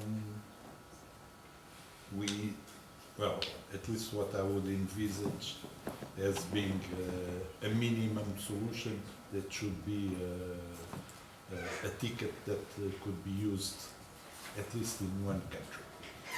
And if it's difficult in one country, if we speak about Europe, it's almost impossible. But I think that the biggest problem is standardization, and if we are able to join the will of different countries and put someone dealing with standardization, perhaps we are able to achieve something. If we don't, it will be very hard. Municipalities within associations of municipalities, at least the increase of awareness of the topic and the increase of sensitiveness towards how to tackle and to handle it. Most of them ask questions about, of course, standards, how to become interoperable, how to ensure multimodality, and from the technology point of view, there are solutions, but basically, I think the bottleneck is at the governance level. And we must not forget that there's a process to be where we are today that dealt with the way transport was licensed and operated within different regions, within different geographies, within different business models. That integrating tickets poses a huge challenge on the premises of those contracts, of those assumptions that were dealt with years ago, and now need to be revisited, re-questioned and reordered in order to allow some sort of governance structure that, beyond solving from a technology point of view, the integration of ticket would allow actual impact on efficiency of transport, on reducing the carbon footprint, on the things that really matter for the discussions you're having here throughout the project and today. So I would say that awareness is at a higher level, accuracy towards where the bottleneck is also, so there's a lot of more in-depth of the topic and how to solve it, and there are discussions around it, but we are still far from reaching that in Portugal. And I would say if we level up the challenge to a European level, integrated ticketing is a very, very difficult topic to deal with. Technically it's feasible, you could do it tomorrow, technically, but coming back to the comments there, it's the sustainability of the platform. If you have say a credit card, you can use your credit card everywhere, but 2.5% of all the costs go to the credit card company. Now, the bus operator does not want to give up revenues, the government doesn't want to give up revenues to the ticketing company, and the passenger doesn't want to pay more for the service. And then you're also in the problem that in society, poverty, even for people that are working, is an issue. And the fare structures that we charge people are one fare for everybody. We've got to look at differential pricing because people are now having to move further away from where they work because they can't afford to stay in cities. It causes all the problems. If we're going to look at societal terms and pricing and smart ticketing, we've got to look at all these issues and come up with a sustainable model. And I was involved with the EU New Bits project to look at and how we could make investment in ITS systems sustainable long term.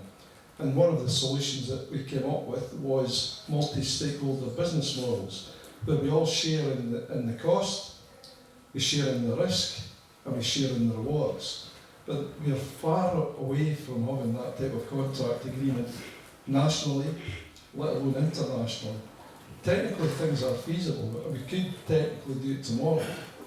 But what is the right way forward? And this is where we need to use co-creation, co-design methods to understand all the issues before we just go and make a decision based on, yeah, we can do smart cars or multi-mole cars like WIM that Mass Global have in Finland.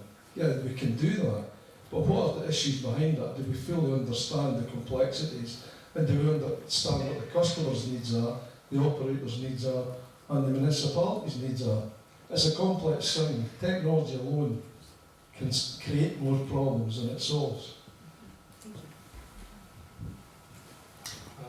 Before I speak, I want to ask you just, so your question is how to we have one ticket for use one ticket in one region or one country, or is it the European in the European Union it can be used in different countries? We saw the example of Sweden that you have one ticket for the entire country, right, for different modes of transport, for even taxis, from what I know, and even bike sharing. So how can we transport that for Portugal, the entire country, or only one region, the central region? For example, if I want to go to Coimbra, or if I want to go to Pinacova, in different ways, because I don't have public transport to all destinations. How are we far from that reality of having in every country, in every region, these integrated tickets of mobility? Yeah, and from my point of view, I was thinking about actually the challenge more in the payment system actually. Is the payment system actually can be used actually and accept different card actually, both from different regions in Portugal as well. And currently I will say it's a kind of challenge. But with the latest payment system, online payment system, and I know Facebook is actually thinking about using create their own actually the online money actually. Just you can use that and for different purpose. So then actually on the local political level maybe it's difficult, but on the internet actually this kind of the communication and the unite will be more and more strong. Not only in one country, also in different countries. Yeah. And also actually when we talk about different countries, I was thinking, because I'm from China, so I was thinking about when I travel in Europe, actually I can buy a ticket called the Interrail ticket. It's for the, I have one ticket and then I can travel in most countries in the European cities for the train, basically. So this actually is why we have this system. I think it's because there's a very strong need from the tourist, both is from the foreigner and also from the local resident to travel. So if there's a very, very strong need, and also then on the internet side, actually the communication is more and more tight, the United Nations is more and more tight, and it's possible. But if there's no strong need, and then I don't think it will really happen. Yeah. Okay, and the last one, so it's easier, I think. So we are very far from the Swedish reality. For instance, we are right now ending the big process to put in market our concession of transports. My engineers are ending the big process. And for us, integrated ticketing is the key issue of the project.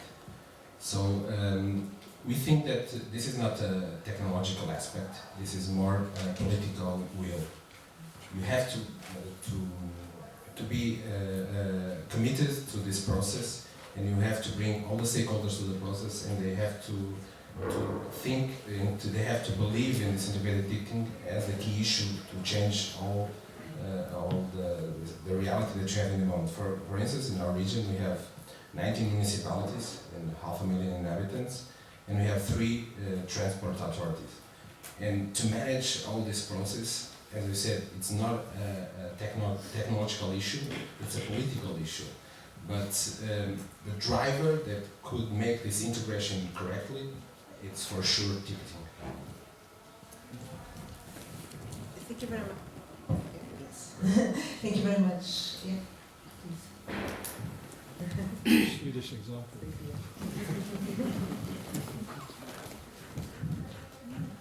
I just would like to make an additional comment. we have organized a cycle of conferences on urban mobility a couple of years ago.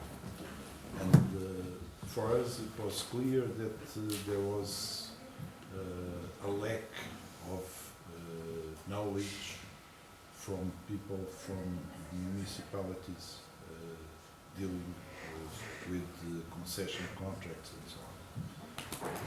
And we have approached 3 universities aiming to have courses dedicated for people that are in the municipalities, to give them the right knowledge to perform their job. We are still waiting for proposals for those courses. Please invite us. I think we are not invited. Just a quick one.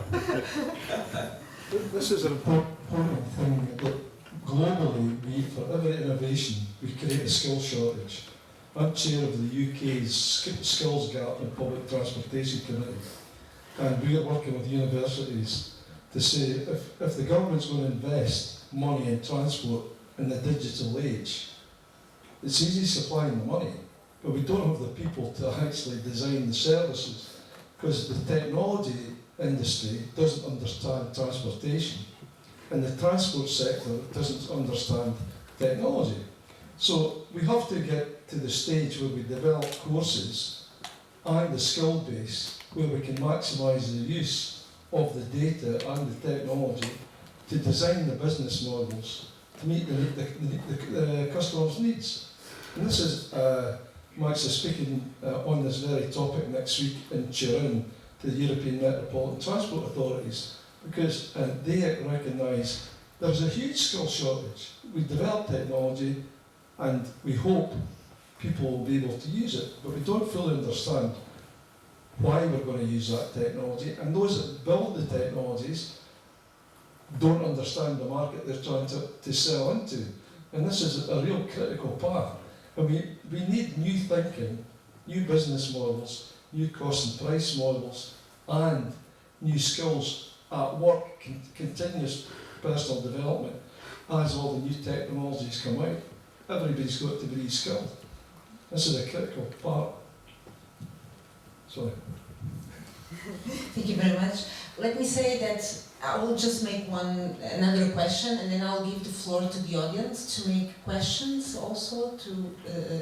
We don't want to monopolize the debate. We want also questions from you. So please save them. But I would like to know, because you mentioned digital age and also Facebook.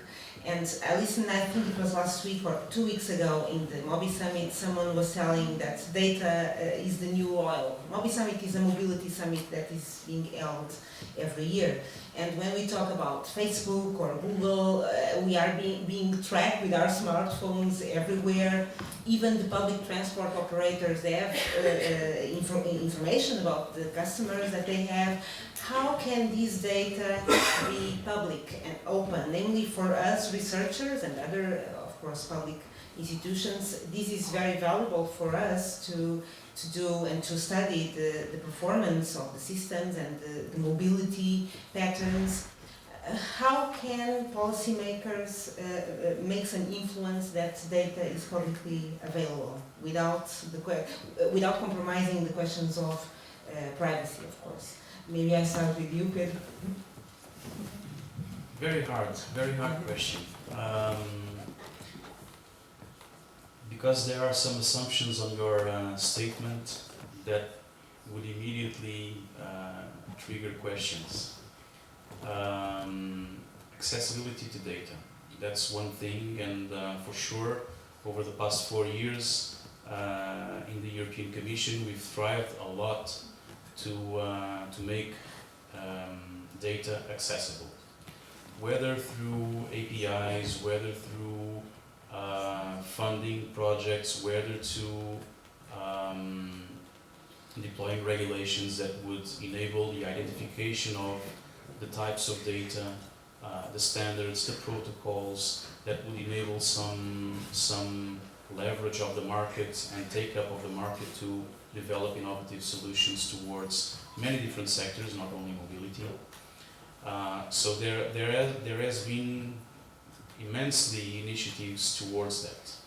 When it comes to transport, undeniably we are under the domain of the ITS directive and the delegated regulations, and there are dedicated regulations to multimodal. There's delegated regulation 1926 published in late October 2017, I think, if I'm not mistaken, that dealt with exactly the topics of multimodality, the data categories, whether they are static or dynamic, and a timeline for the public authorities and the private stakeholders dealing with transport to open up their data to be reused and for other purposes. The thing is that open data doesn't mean quality data. And there's a problem with the use of, even if it's open, even if it's there available, I cannot develop a service that is accurate and people would want to buy in. So quality of data means efforts to collect data, to keep it alive, to keep it updated. It means investment. So open doesn't, as I said, doesn't necessarily mean for free also. So we have to acknowledge that some sorts of data for the purposes of reusing would have to come under terms and conditions.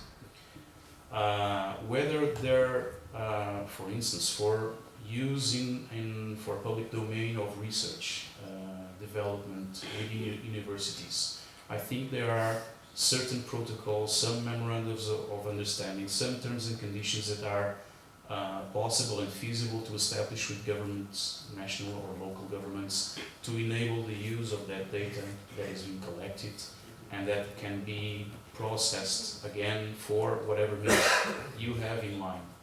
If it's for commercial use, then you could raise a question on since the public authorities or whoever has the effort to collect that data, wouldn't they be allowed to have some sort of revenue towards the commercial added value that is added up to the reuse of that data? And then things become trickier. It becomes even more trickier when it comes to security issues or to data privacy issues. Then the templates for the terms and conditions go from 1 page to 18 easily. And then it's no longer a discussion about open data, quality of data, it's a discussion between lawyers. Whether it's possible or not to come to terms and what is the definition of the scope, what's the purpose of the use, whether am I able to use it for how long, for how far, up until when, and it's an endless discussion there. Rui, if you want to add something? No, I fully agree with Pedro on this. Beginning has been established with the ITS directive. I personally think that the way as Netherlands started dealing with it was a good approach. They had a database where everyone gets the base should pay for its use. It seems to me reasonable. But as Pedro was saying, it depends on what is in discussion. I remember in 2009 being on this discussing tolling with the Netherlands.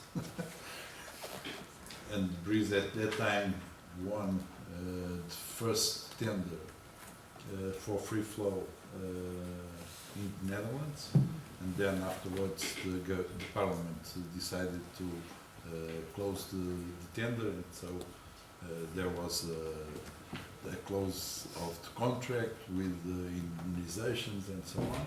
But the major problem was privacy of data, and it was something that was not overcome at that time. It seems that within the next years it will happen, it will be overcome, but we are still waiting. Laisu, may I ask you?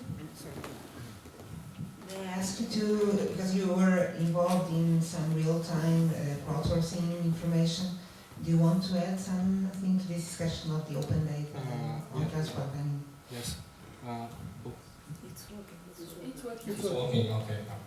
So I will say actually, when we're talking about data actually, nowadays why this text is become very popular is not data itself, actually it's a big data.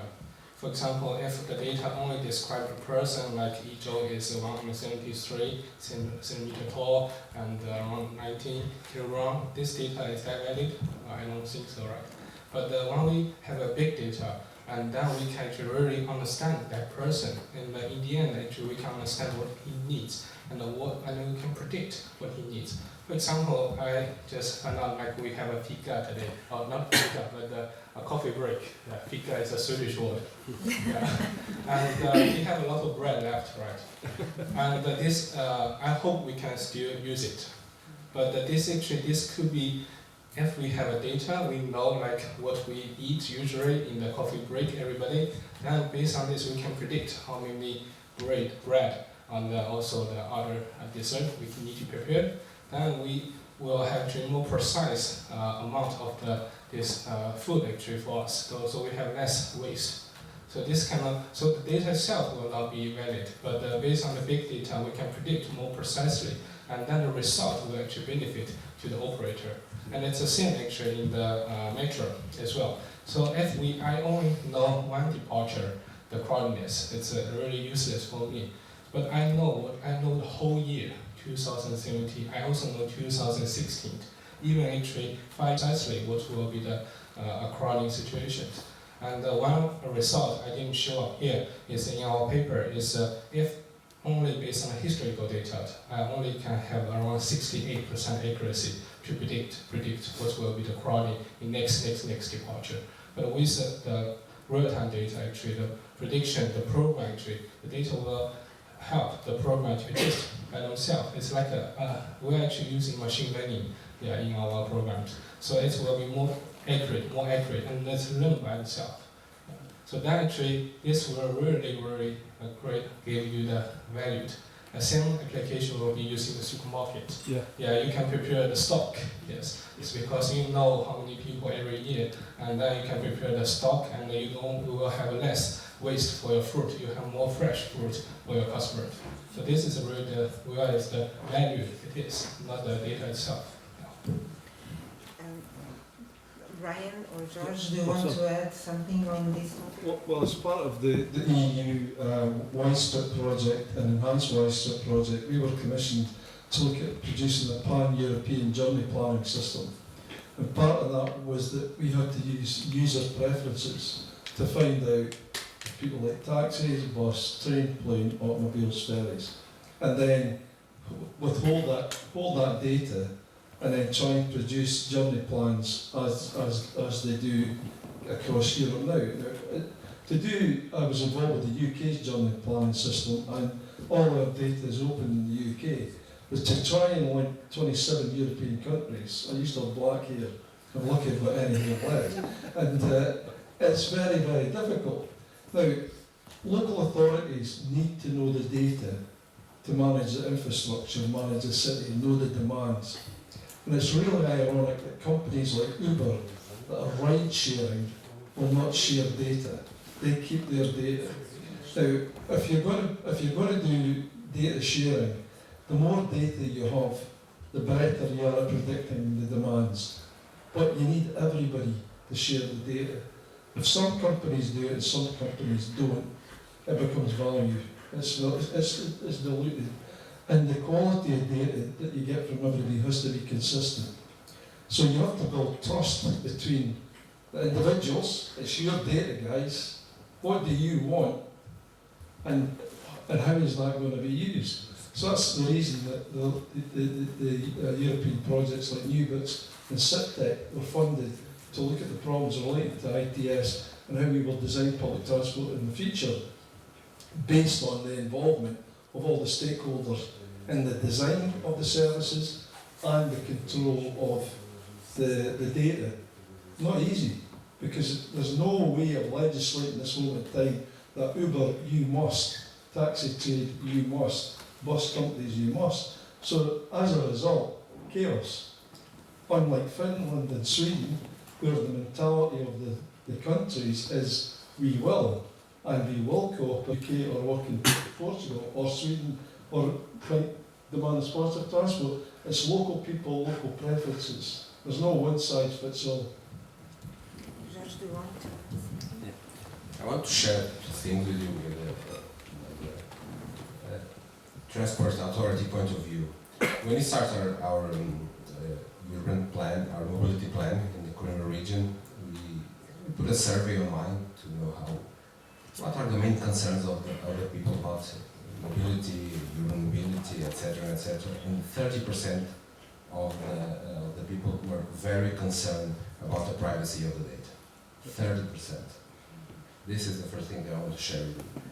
And the second thing is... I'm sorry, but the other 70 were not, or the other... No, it was not a priority. It was not a priority. This is the priority for 30%. This is the main priority. Okay. This is the main priority.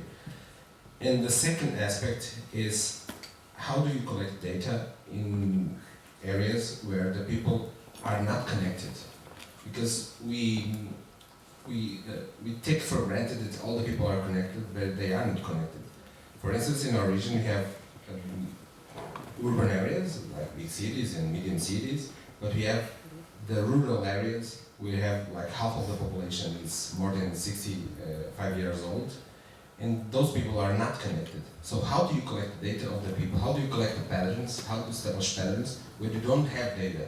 For us, this is a big challenge in these rural areas, because there are people with more problems, more mobility problems, and for us this is a big issue in this moment, because we don't have the data, because we take it for granted, and the data is not for granted.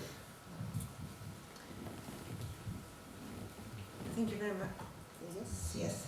Thank you very much, and we'll come back to that point on the rural areas in a moment, but I would like to open the floor to anyone in the audience that wanted to make a question. No? Yes, please, behind.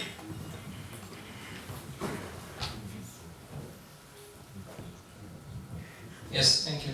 So maybe a comment on the two topics that you opened regarding integrated ticketing. I can agree with what all the speakers have said, that we have a long way to get there, even at national level, and never mind the European level.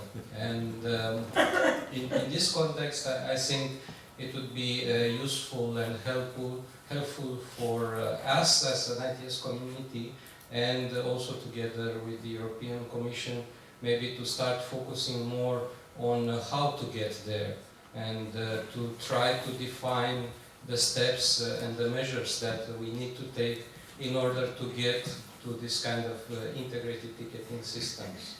And I think open data and sharing data and providing data is one of these steps, and one of the most important things to do in order to have this. And I'm quite happy to see that the Commission is supporting this, and we have the delegated regulations that are helping and supporting to have open data. And I think it will be very good if the Commission continues to support the implementation of national access points to provide the framework for having this kind of implementations, and for having integrated ticketing solutions. Thank you. Do you want to address your comment to any of the speakers, or just no? Anyone wants to respond?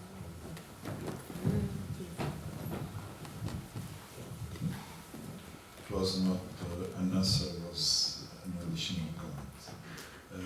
Just to refer that Lisbon has, I believe, already for 2 years, open data platform, that is sharing with different companies that are developing applications.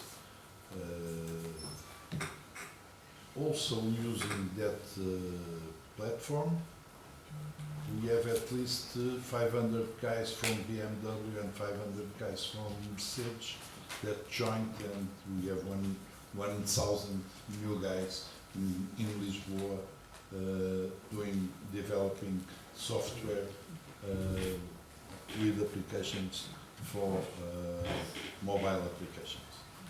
Okay.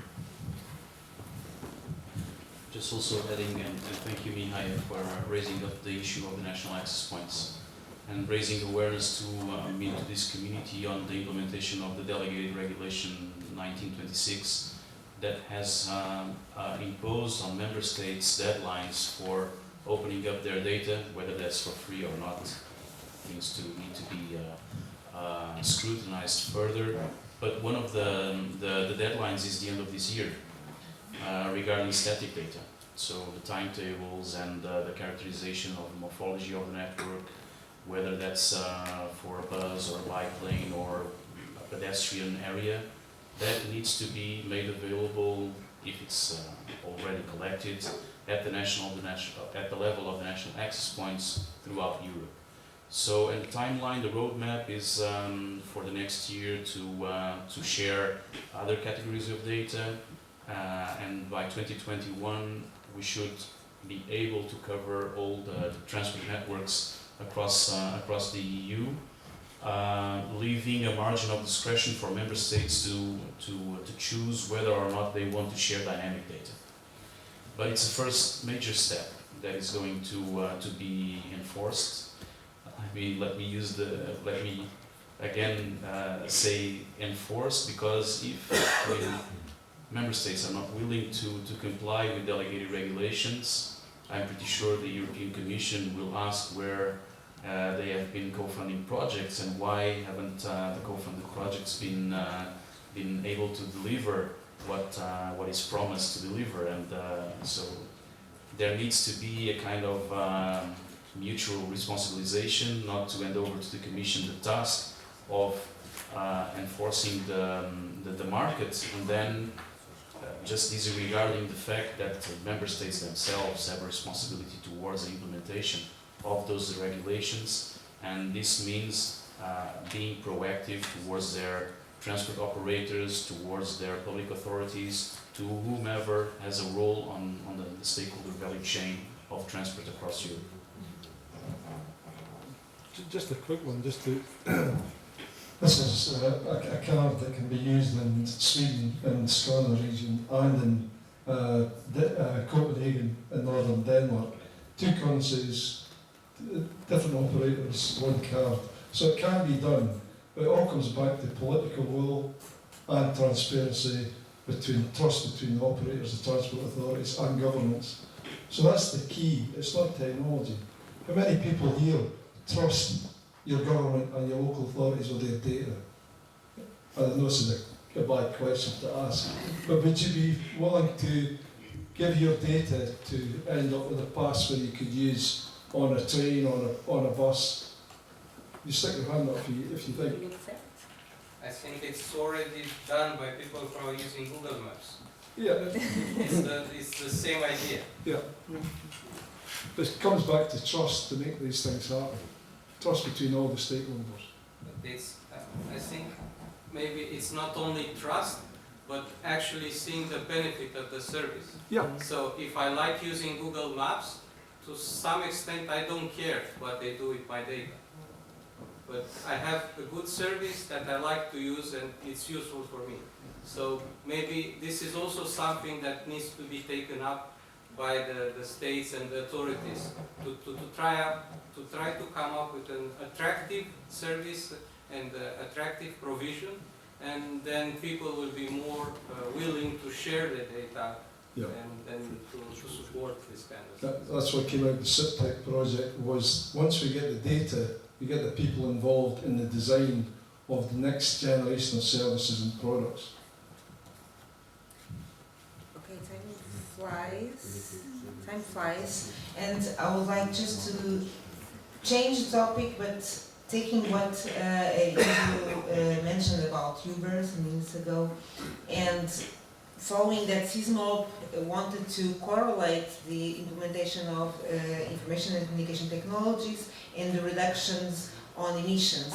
And we see, for me it's not clear that these new forms of mobility have an advantage in terms of emissions. For example, if I decide here in the region of Aveiro to come to this conference by Uber instead of bringing my car, I could come by Uber and then I will call or I will use the app to call it again at the end of this conference, but maybe this Uber car is emitting more than if I bring my own car to the university and then go back to my home. How these new forms of mobility are an advantage or a threat also in these emissions subject, and how can the policymakers and how should they in their regulations implement this issue? I don't know who wants to talk about that. That's how I made my life, designing multimodal network. Having one person in one car, if you don't take your car and you take an Uber, the net effect is it's still a car. What we need to do is maximise the road space for public transport to be quicker. We need to set up multimodal hubs and get people quickly to hubs, and then have like bus rapid transit systems to get people quickly into towns with bus corridors, with smart traffic light systems. Design the infrastructure to get the flow on and off the vehicle quickly, easy payment systems, and then we can look at first and last mile, like in Sweden, where cycling's big, scooters, pedestrianisation in the city centre. So you have to take all these components together. Micromobility modes that you And you don't want small vehicles, low capacity vehicles going long distances. You want low capacity vehicles going shorter distances, and high frequency, high speed public transport going the biggest distance to feed into railway, tram, interurban bus and rail networks with a one ticket system that fits everything. That's utopia. Go to Sweden, Denmark, it's already there. Anyone wants to talk about at least the relationship between these at least the relationship between these new forms of mobility and the effective reduction on CO2 emissions? I'm thinking about actually the data cell actually also can have the taxi as well. For example, and also Uber of course, is for example, in the data actually for the conference, the participant actually if it's opened, and they know actually there's a concentration, a lot of people actually in this conference, and they might also know how frequent this some of the participants actually use Uber quite frequent. So then in the map they know actually the spot, the hot spot with a potential actually a demand for the taxi and the Uber. And then when the taxi is no service, where they are waiting, they're waiting close by in this spot. So then actually when you call the taxi, they will come quicker and of course less fuel consumption or electricity consumption. So this actually will help to of course lower the carbon dioxide. Yeah. I want to share again something with you because we have a commitment in our region to reduce 20% of the gas emissions until 2021. But right now the big discussion, how much does it cost? This is the big discussion right now. And is everyone prepared to pay more to this reduction? Because we can put, for instance, as I said, we are right now preparing the big concession contest, and we can obligate to, for instance, all the buses, they should move by gas or electric, but how much does it cost? And are all the people prepared to pay more for the tickets at the end of the process, for knowing that they are taking a bus that is electric or moving on gas? I think you should have like good sense. I think right now, for us, this is a big discussion because it's not only about putting a big goal and to say, oh, let's reduce 20% of the gas emission. But do we have money to pay it? Is it sustainable in terms of financial? We are right now dealing with this problem. We don't have a solution. One subject that you mentioned, George, some minutes ago was the question of the rural areas, and namely the aging population. And this is one thing that really concerns me because we are talking about digitalization and autonomous vehicles in the future and mobility as a service and apps. But my grandparents don't know what is an app, or even my parents' generation, not everyone knows how to use an app. How can we make that these information and communication technologies are a factor of inclusion in terms of transportation and mobility and not a factor of exclusion? I don't know if you can start by George, or I'd like also to hear the others. What we are trying to do is like a cross-selling in terms of public policies and try to teach people and the older people how they can be connected to this whole new world. There is danger for them. And we are right now managing several type of projects in terms of digitalization to older people that are directly to them. And we are teaching them to deal with apps or with the social network and try to see it as not like a dangerous world, but as a new way to see the world and to see things. But it's not an easy way. It's not an easy way because I think all this agenda, it's mainly for the urban areas. For the rural areas, this could be a factor of exclusion. Yeah. And this is a big thing. This is a big problem. You could put a bigger gap between the urban and the rural areas.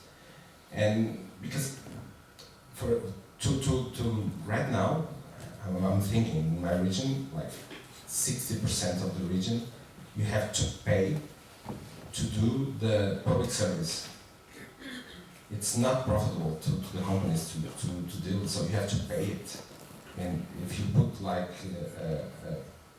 bigger objectives like carbon or more frequency of lines, it's more expensive. So I think we should, this is a big thing I think for the universities, to know how to deal and how to disaggregate all these new these mobility agendas between the rural, the urban, and the peri-urban areas. Because we are right now putting all in the same bag, and it's not the same. We are not dealing with the territory. We are doing this like in laboratory, and this one size fits all. That's not what's true. I was in Aveiro, I'm working with the Smarter 2 project, looking particularly at rural areas. And I'll be back here in 2 weeks' time running a co-creation workshop on this very subject, on the rural areas around Aveiro, and also looking at testing different rural solutions in the Austrian Tyrol, Brasov in Transylvania area, and in Trikala surrounding area in Greece, because rural areas at present are perceived to be the poor relationship to urban areas. But in the new world that we're approaching with solar power, wind power, hydro generation, vertical farming, hydroponics, drone delivery systems, in theory, rural areas could become the new place to go to for setting up businesses. Because if we have high-speed broadband and means of delivery systems that can encourage people to set up and live in a rural area, they may change, but the one consistent factor in both urban and rural areas is the need for infrastructure. We've got to invest. The train line between Aveiro and Águeda is unique in Portugal. I've been on it Saturday, Sunday, Monday, speaking to people.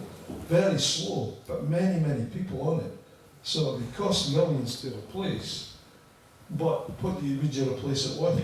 So we've got to sit down with the communities and see what they would like to do, whether it's car sharing, taxi, ride sharing, car sharing, bike sharing, like feeder services, interurban buses, demand responsive transport.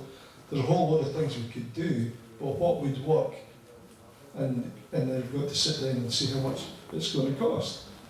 So it's not a quick process. I just would like to point one aspect.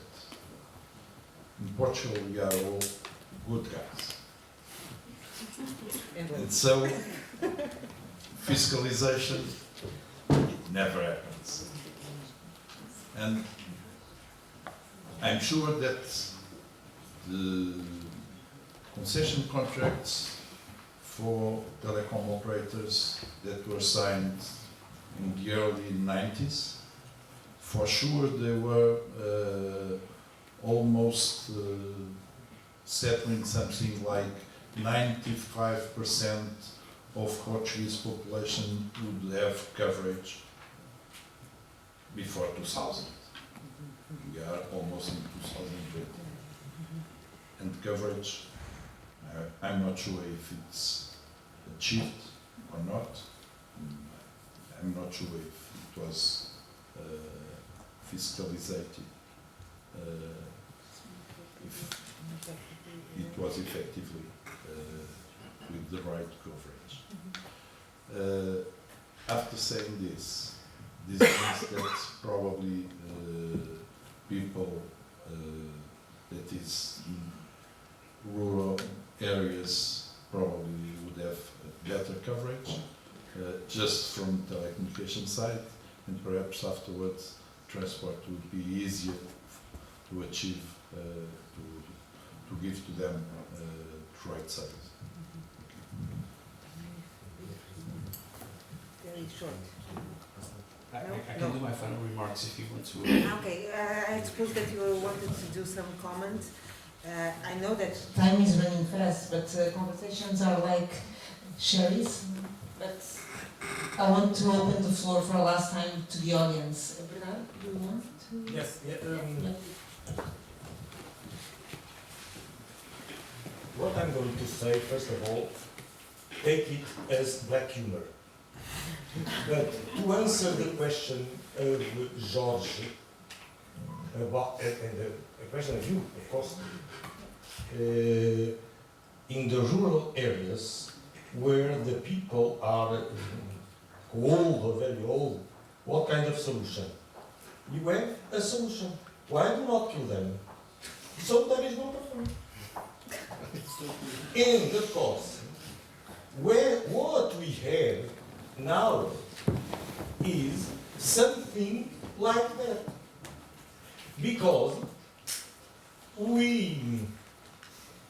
they are, in fact, something that you pointed. They are a cost. So, there is a way to solve the problems. They are a cost. Well, remove the cost.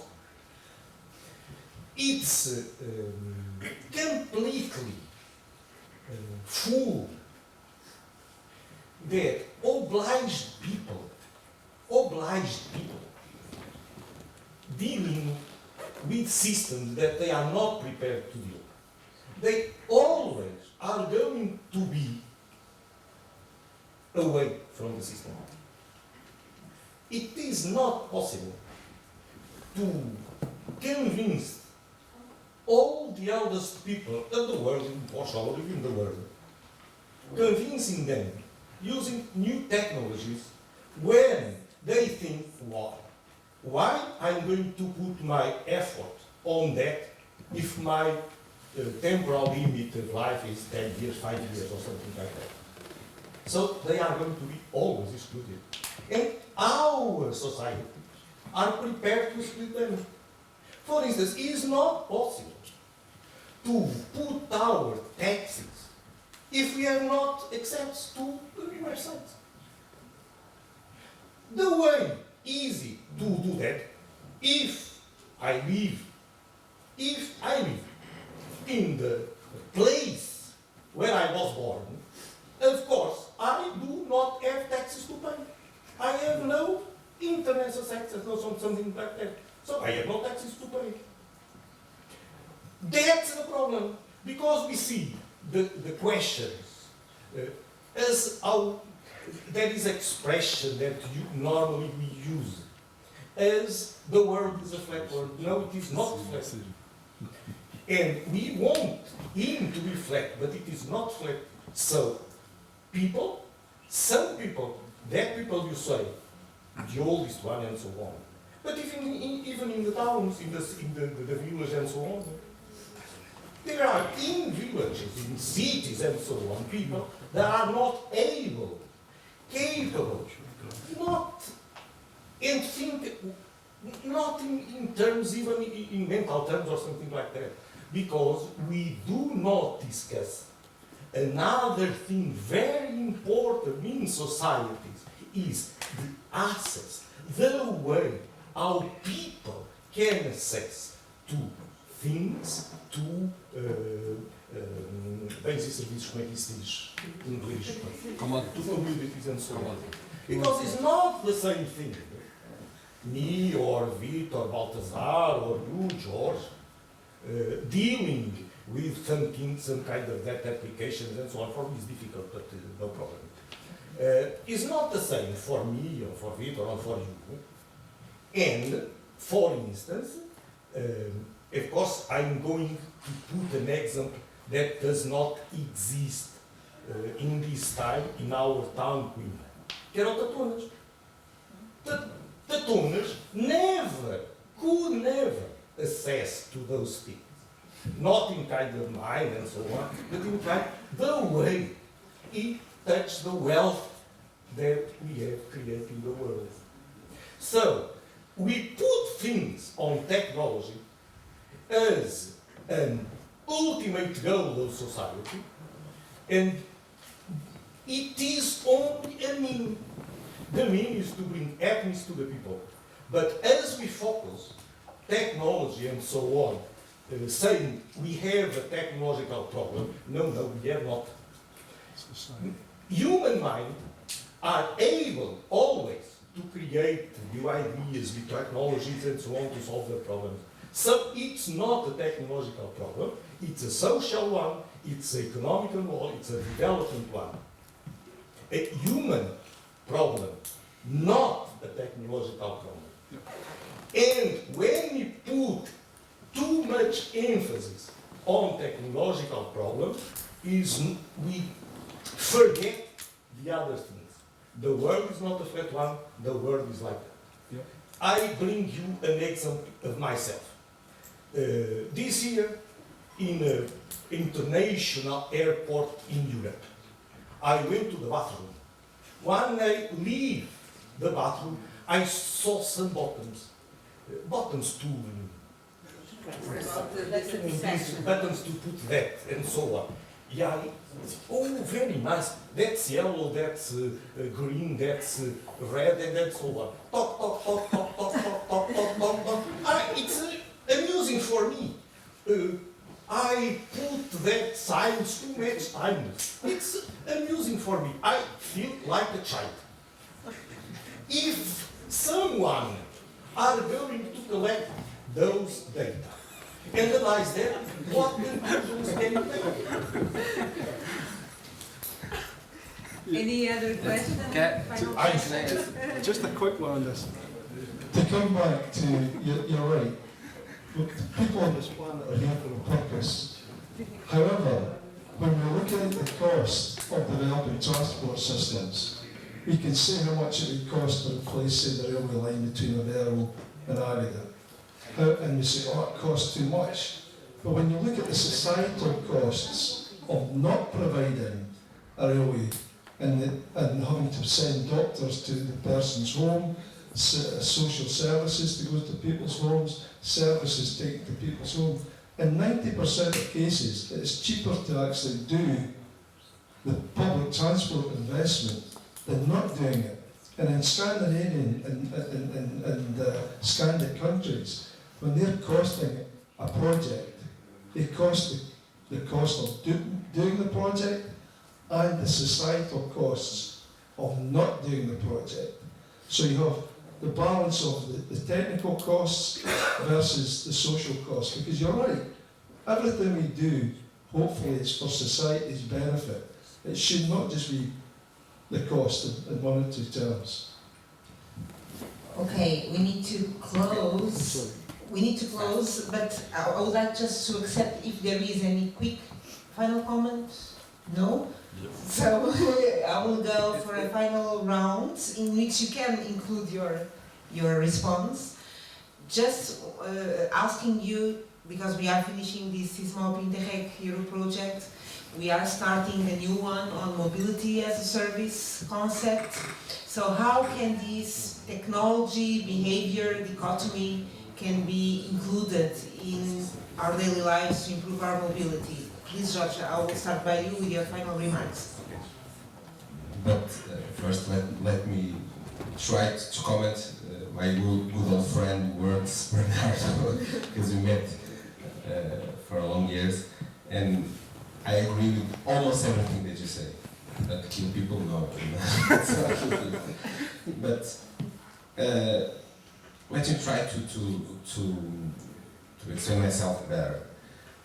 It's difficult to, when a month ago or 2 months ago, when I was discussing the new network that we are putting in the market, I have a mayor from a rural area that in a meeting said to me, I want the same level of service of urban area. And I said, okay, but you have to pay it, because it's expensive. You don't have clients, you don't have people, so you have to pay it. No, but there's no citizens of first level and second level.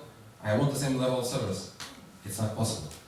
We have to try to find other solutions, and we are implementing other solutions. This is not a case closed. We are implementing solutions of transport on demand, with phones, with the social, with the institutions, the local institutions, with people as trust, because trust is the most valuable asset in this process. And this is the key issue. But in other way, you have to teach people to all this new reality. You cannot ignore the people, because you don't have to press all the red and the buttons. You have to have like instructions on the side to say, you must press only one of the buttons if you are happy or if you are sad. You have to teach. That's why I'm saying we are doing like a cross-selling with the other policies to try to teach people, not only in terms of the mobility, but in terms like of another assets like environment, like environmental services. That's a new issue for us. You have to teach people about all this new reality. And because people, they have knowledge, and you have to spread knowledge of these older people to the new generation. And we are doing this in all the schools, in all these projects of education that we have, because this is not a slot that is closed. Mobility is not a slot that works. This is territory. We are talking about territory, and this is our main asset. Regarding to this all new project, we are really hoping that it's going. We are a partner, so and for us, as I said, for us this is a big thing. All the new challenges about mobility, we have like for us this is a bomb that dropped in our hands, and we're trying to still manage all the solutions. We are implementing new solutions. Like in our region, it's going to be the first solution that's going to be in the bus train. So for us, this is a new branch of working, and we really were hoping to share some experience and to learn in this process. Final remarks, 1 minute. Okay. Hello. Yes. I will say actually, if we looking back to the industry, I will see from the user experience side, the usage actually is more and more easy actually to operate the things. If we see the computer before and see the computer now, and also like the camera actually as well, it's actually more and more easy even for the professional people. And so I think from this point of view is the kind of technology will also help the elderly to, from their perspective, to design something that can help them to understand and to use it, if there's a need for that. Yeah, and yeah, I think this is my comment now. We have the technology, we have the operators, we have the systems, but do we have the will to change? We're all part of the problem, we should all be part of the solution, and it's only if we work together can we get the services that we want. Technology is the tool that can make that happen, and it's how we trust the technology and our politicians to work with us, to give us the framework to make it happen. Inclusiveness, affordability, public acceptance are things that are also complex to address. I enjoyed your remarks. You're a funny guy, although I don't like your humor. But thank you for that. I don't think everything needs to be solved by transport. There are a lot of other solutions on urban planning, for instance, options on the way the infrastructure is built in and thought through. And also, that is a reflection of the culture. So the urban planning is different in Portugal as it is different from in Iceland, where you have examples of the elderly people to get grounded in areas that are also nearby residential areas for families, that will enable, you know, a smoother transition between the aging process and the role of each age in the society. That is very typical in Iceland and very uncommon in Portugal. So, and the urban planning is reflected upon it. Just to give you, I mean, kind of flavors. So, and thinking about of flavors, to final remarks on sour, sweet remarks. And I've written a lot of speeches over the last past 4 years, me and my colleagues, of course. Speeches that are presented in public by highly representative from the Commission are the result of work of dozens, if not hundreds of people working together. And of course the line on data is a new fuel is one line that we wrote there. As we wrote, if the data is a new fuel, then AI is a new engine. Of course, data is there to foster and promote services and the efficiency of transport. And for that reason, we have pushed the kind of the term digitalization really hard over the past 4 years. But as I see the next 4 years coming, I think that the wording will change for decarbonization. And there I think it's a game changer for the way we think and address transports. I don't think we have all the time in the world. The clock is ticking, and it's getting closer and closer to the deadline. And I think the costs for paying that bill will be higher and will include our own personal options on a daily basis to be questioned, on our lifestyle to be questioned, and to be to really understand, should we be allowed to have this lifestyle, European lifestyle, up until when and for how long? Is it sustainable? I'm pretty sure it's not going to be that simple, and we will see some hard measures from regulation coming from the European Commission towards member states to start curbing mobility. I thank you for the opportunity to be defined for 2 reasons. First one, I will try to verify that I was not putting the question of costs for costs, but question of there is a tender, people make promises, and afterwards they should be accountable for the promises they do on the tenders, because they are winning, because they have done those promises. And so those promises should be fulfilled. And the state should make sure that if they were awarded because of those promises, they should come to the ground. that's the only thing that I say, that state should be careful with what it's doing. To conclude, I would say that one thing that for many years I keep on saying is that these kind of projects are always a good example for cooperation, transmission of know-how between different parties, and a way for each one to get richer on knowledge of different solutions and open perspectives. So I think that they should continue, and all efforts to continue should be welcome. Finally, as President of ITS Portugal,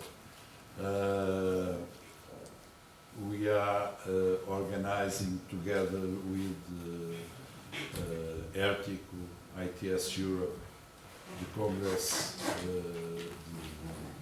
the 14th European Congress on ITS that will happen in Lisbon from 18 to 20 of May next year. And we have to call for contributions open till the 16th of December. So we hope that most people from Portugal and from the other countries that want to contribute and give their voice on Congress are most welcome to participate. Thank you very much. So that's a very nice end to finish the debate. Just also to add a personal perspective, and thank you very much for your valuable contributions. For me it was a very interesting learning process, and thank you to Verena and Interreg Europe for all the help that they made during these years of project. Also a big thank you to the project, to the consortium, our colleagues from Romania, from Sweden, from Spain, from AGDA. It was a pleasure to learn from them. Our colleagues from CCDR that also followed very closely always the events of these projects, and this is of course a working group, but I think that from here also new friendships also appeared. So thank you very much, and I give the floor to Jorge, but first I would like to ask a round of applause.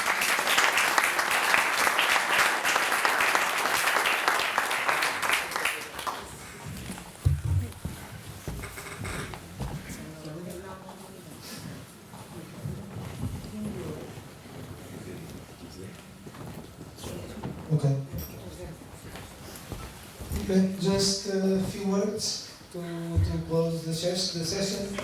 I think one of the beauty of this Interreg program is to put in the same room people from experts or from the private sector, like Brian, and a top researcher from KTH, the politician from Central Region, which deals with that small communities.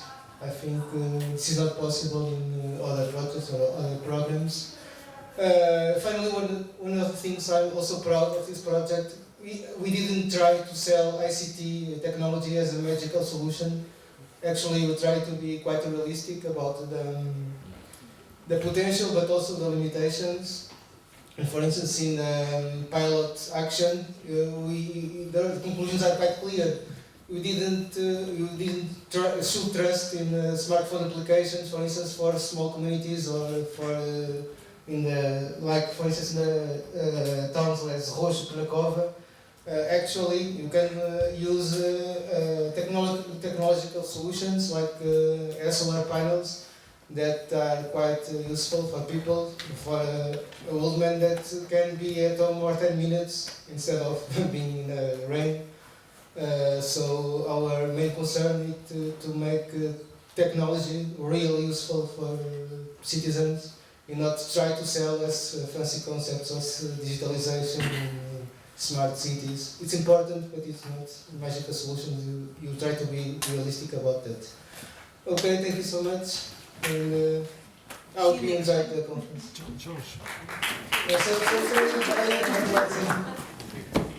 Just for everybody in the room, if you want to sign up to a magazine called Intelligent Transport Magazine, it's free, online, and that will keep you informed of all the technological advances that's going on globally just now. And if you want to send me articles, I can help promote your projects to a global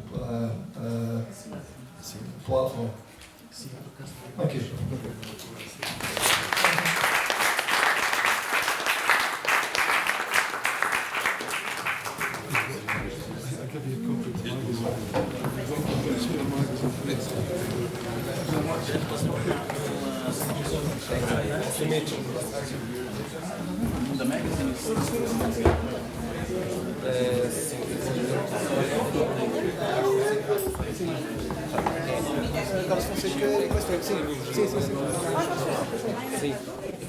Eu tinha uma lista que a gente está com ele fora a problema. Não. Pronto, eu vou falar, eu não sei se eu quero tomar, senão obrigado por convidar.